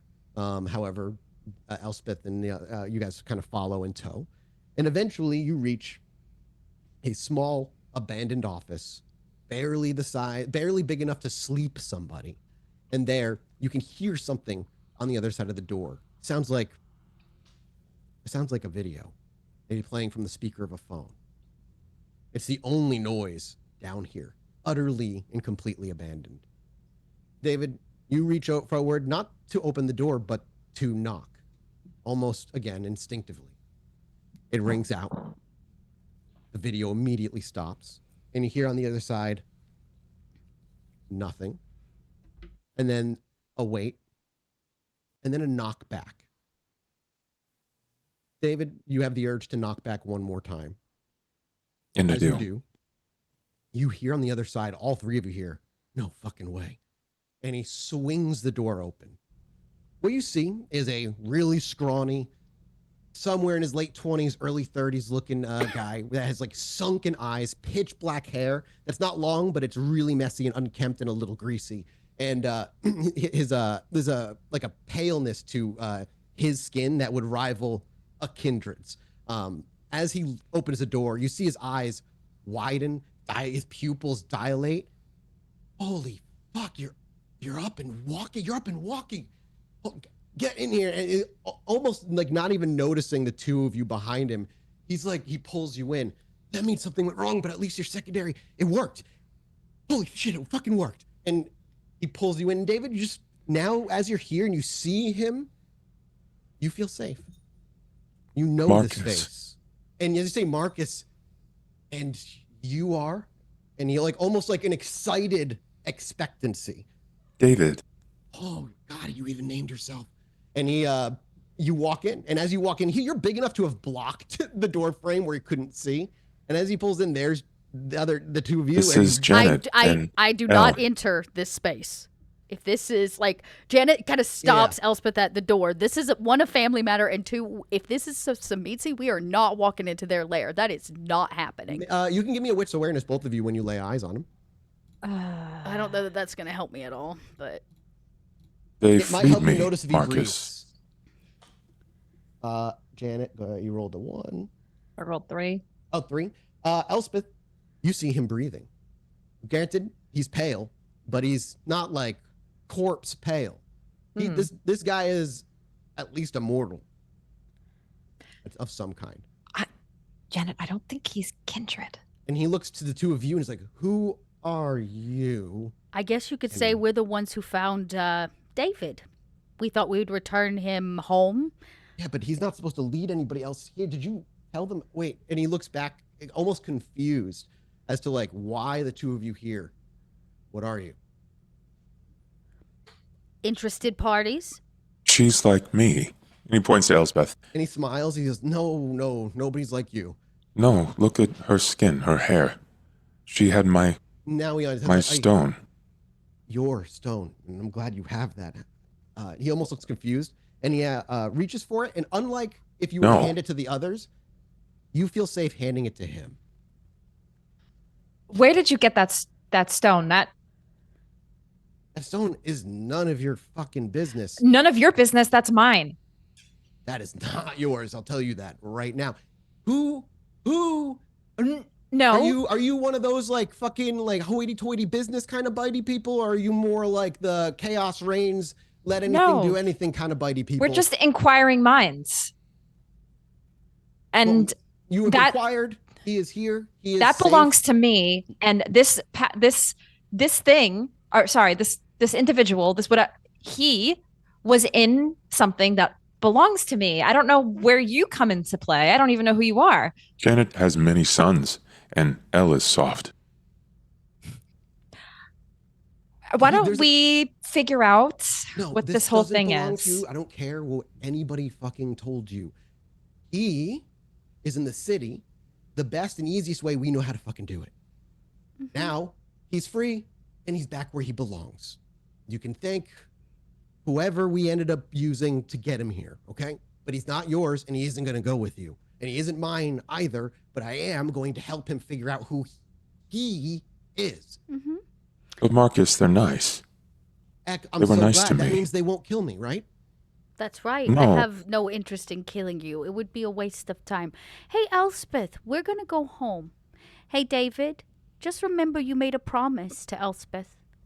I promise. That's right. I will see you. Okay. You have fun with him. Thank Come you. on, Elspeth. I promise. And David kind of like grabs to like your hand again. I promise. You see, she looks very sad. You see the sadness in her eyes as she walks away. Marcus, I don't like this. He shuts the door and he goes, of course you don't. What, have you been awake for like a few hours? Listen, this, and he holds a stone, belongs to you. And he like looks and almost traces your chest like he would a maybe like a sculpture of some sort until he finds a place where there seems to be a crack between a couple of your ribs. And he goes, yeah. And as he does, he takes the stone and he slides it in between the ribs into your chest. For a few moments, you feel the rhythmic thumping until it calms to a still and that gap closes. And as it does, he kind of just pats it a couple times. Now you're whole. And we cut to black. And we'll return next time for another episode of The Sin Providence. Thank you so much, everybody. It's good to be back. It's just nice to be back. I love every one of these Kindred. It's going to be extremely interesting to see how everybody kind of comes together moving forward from this and where things go. That's all. Thank you all so much. I can't wait to continue. I hope you all enjoyed. We love you. Boy. Oh, boy. All right, gang. See you next week. Bye-bye. Bye. Bye.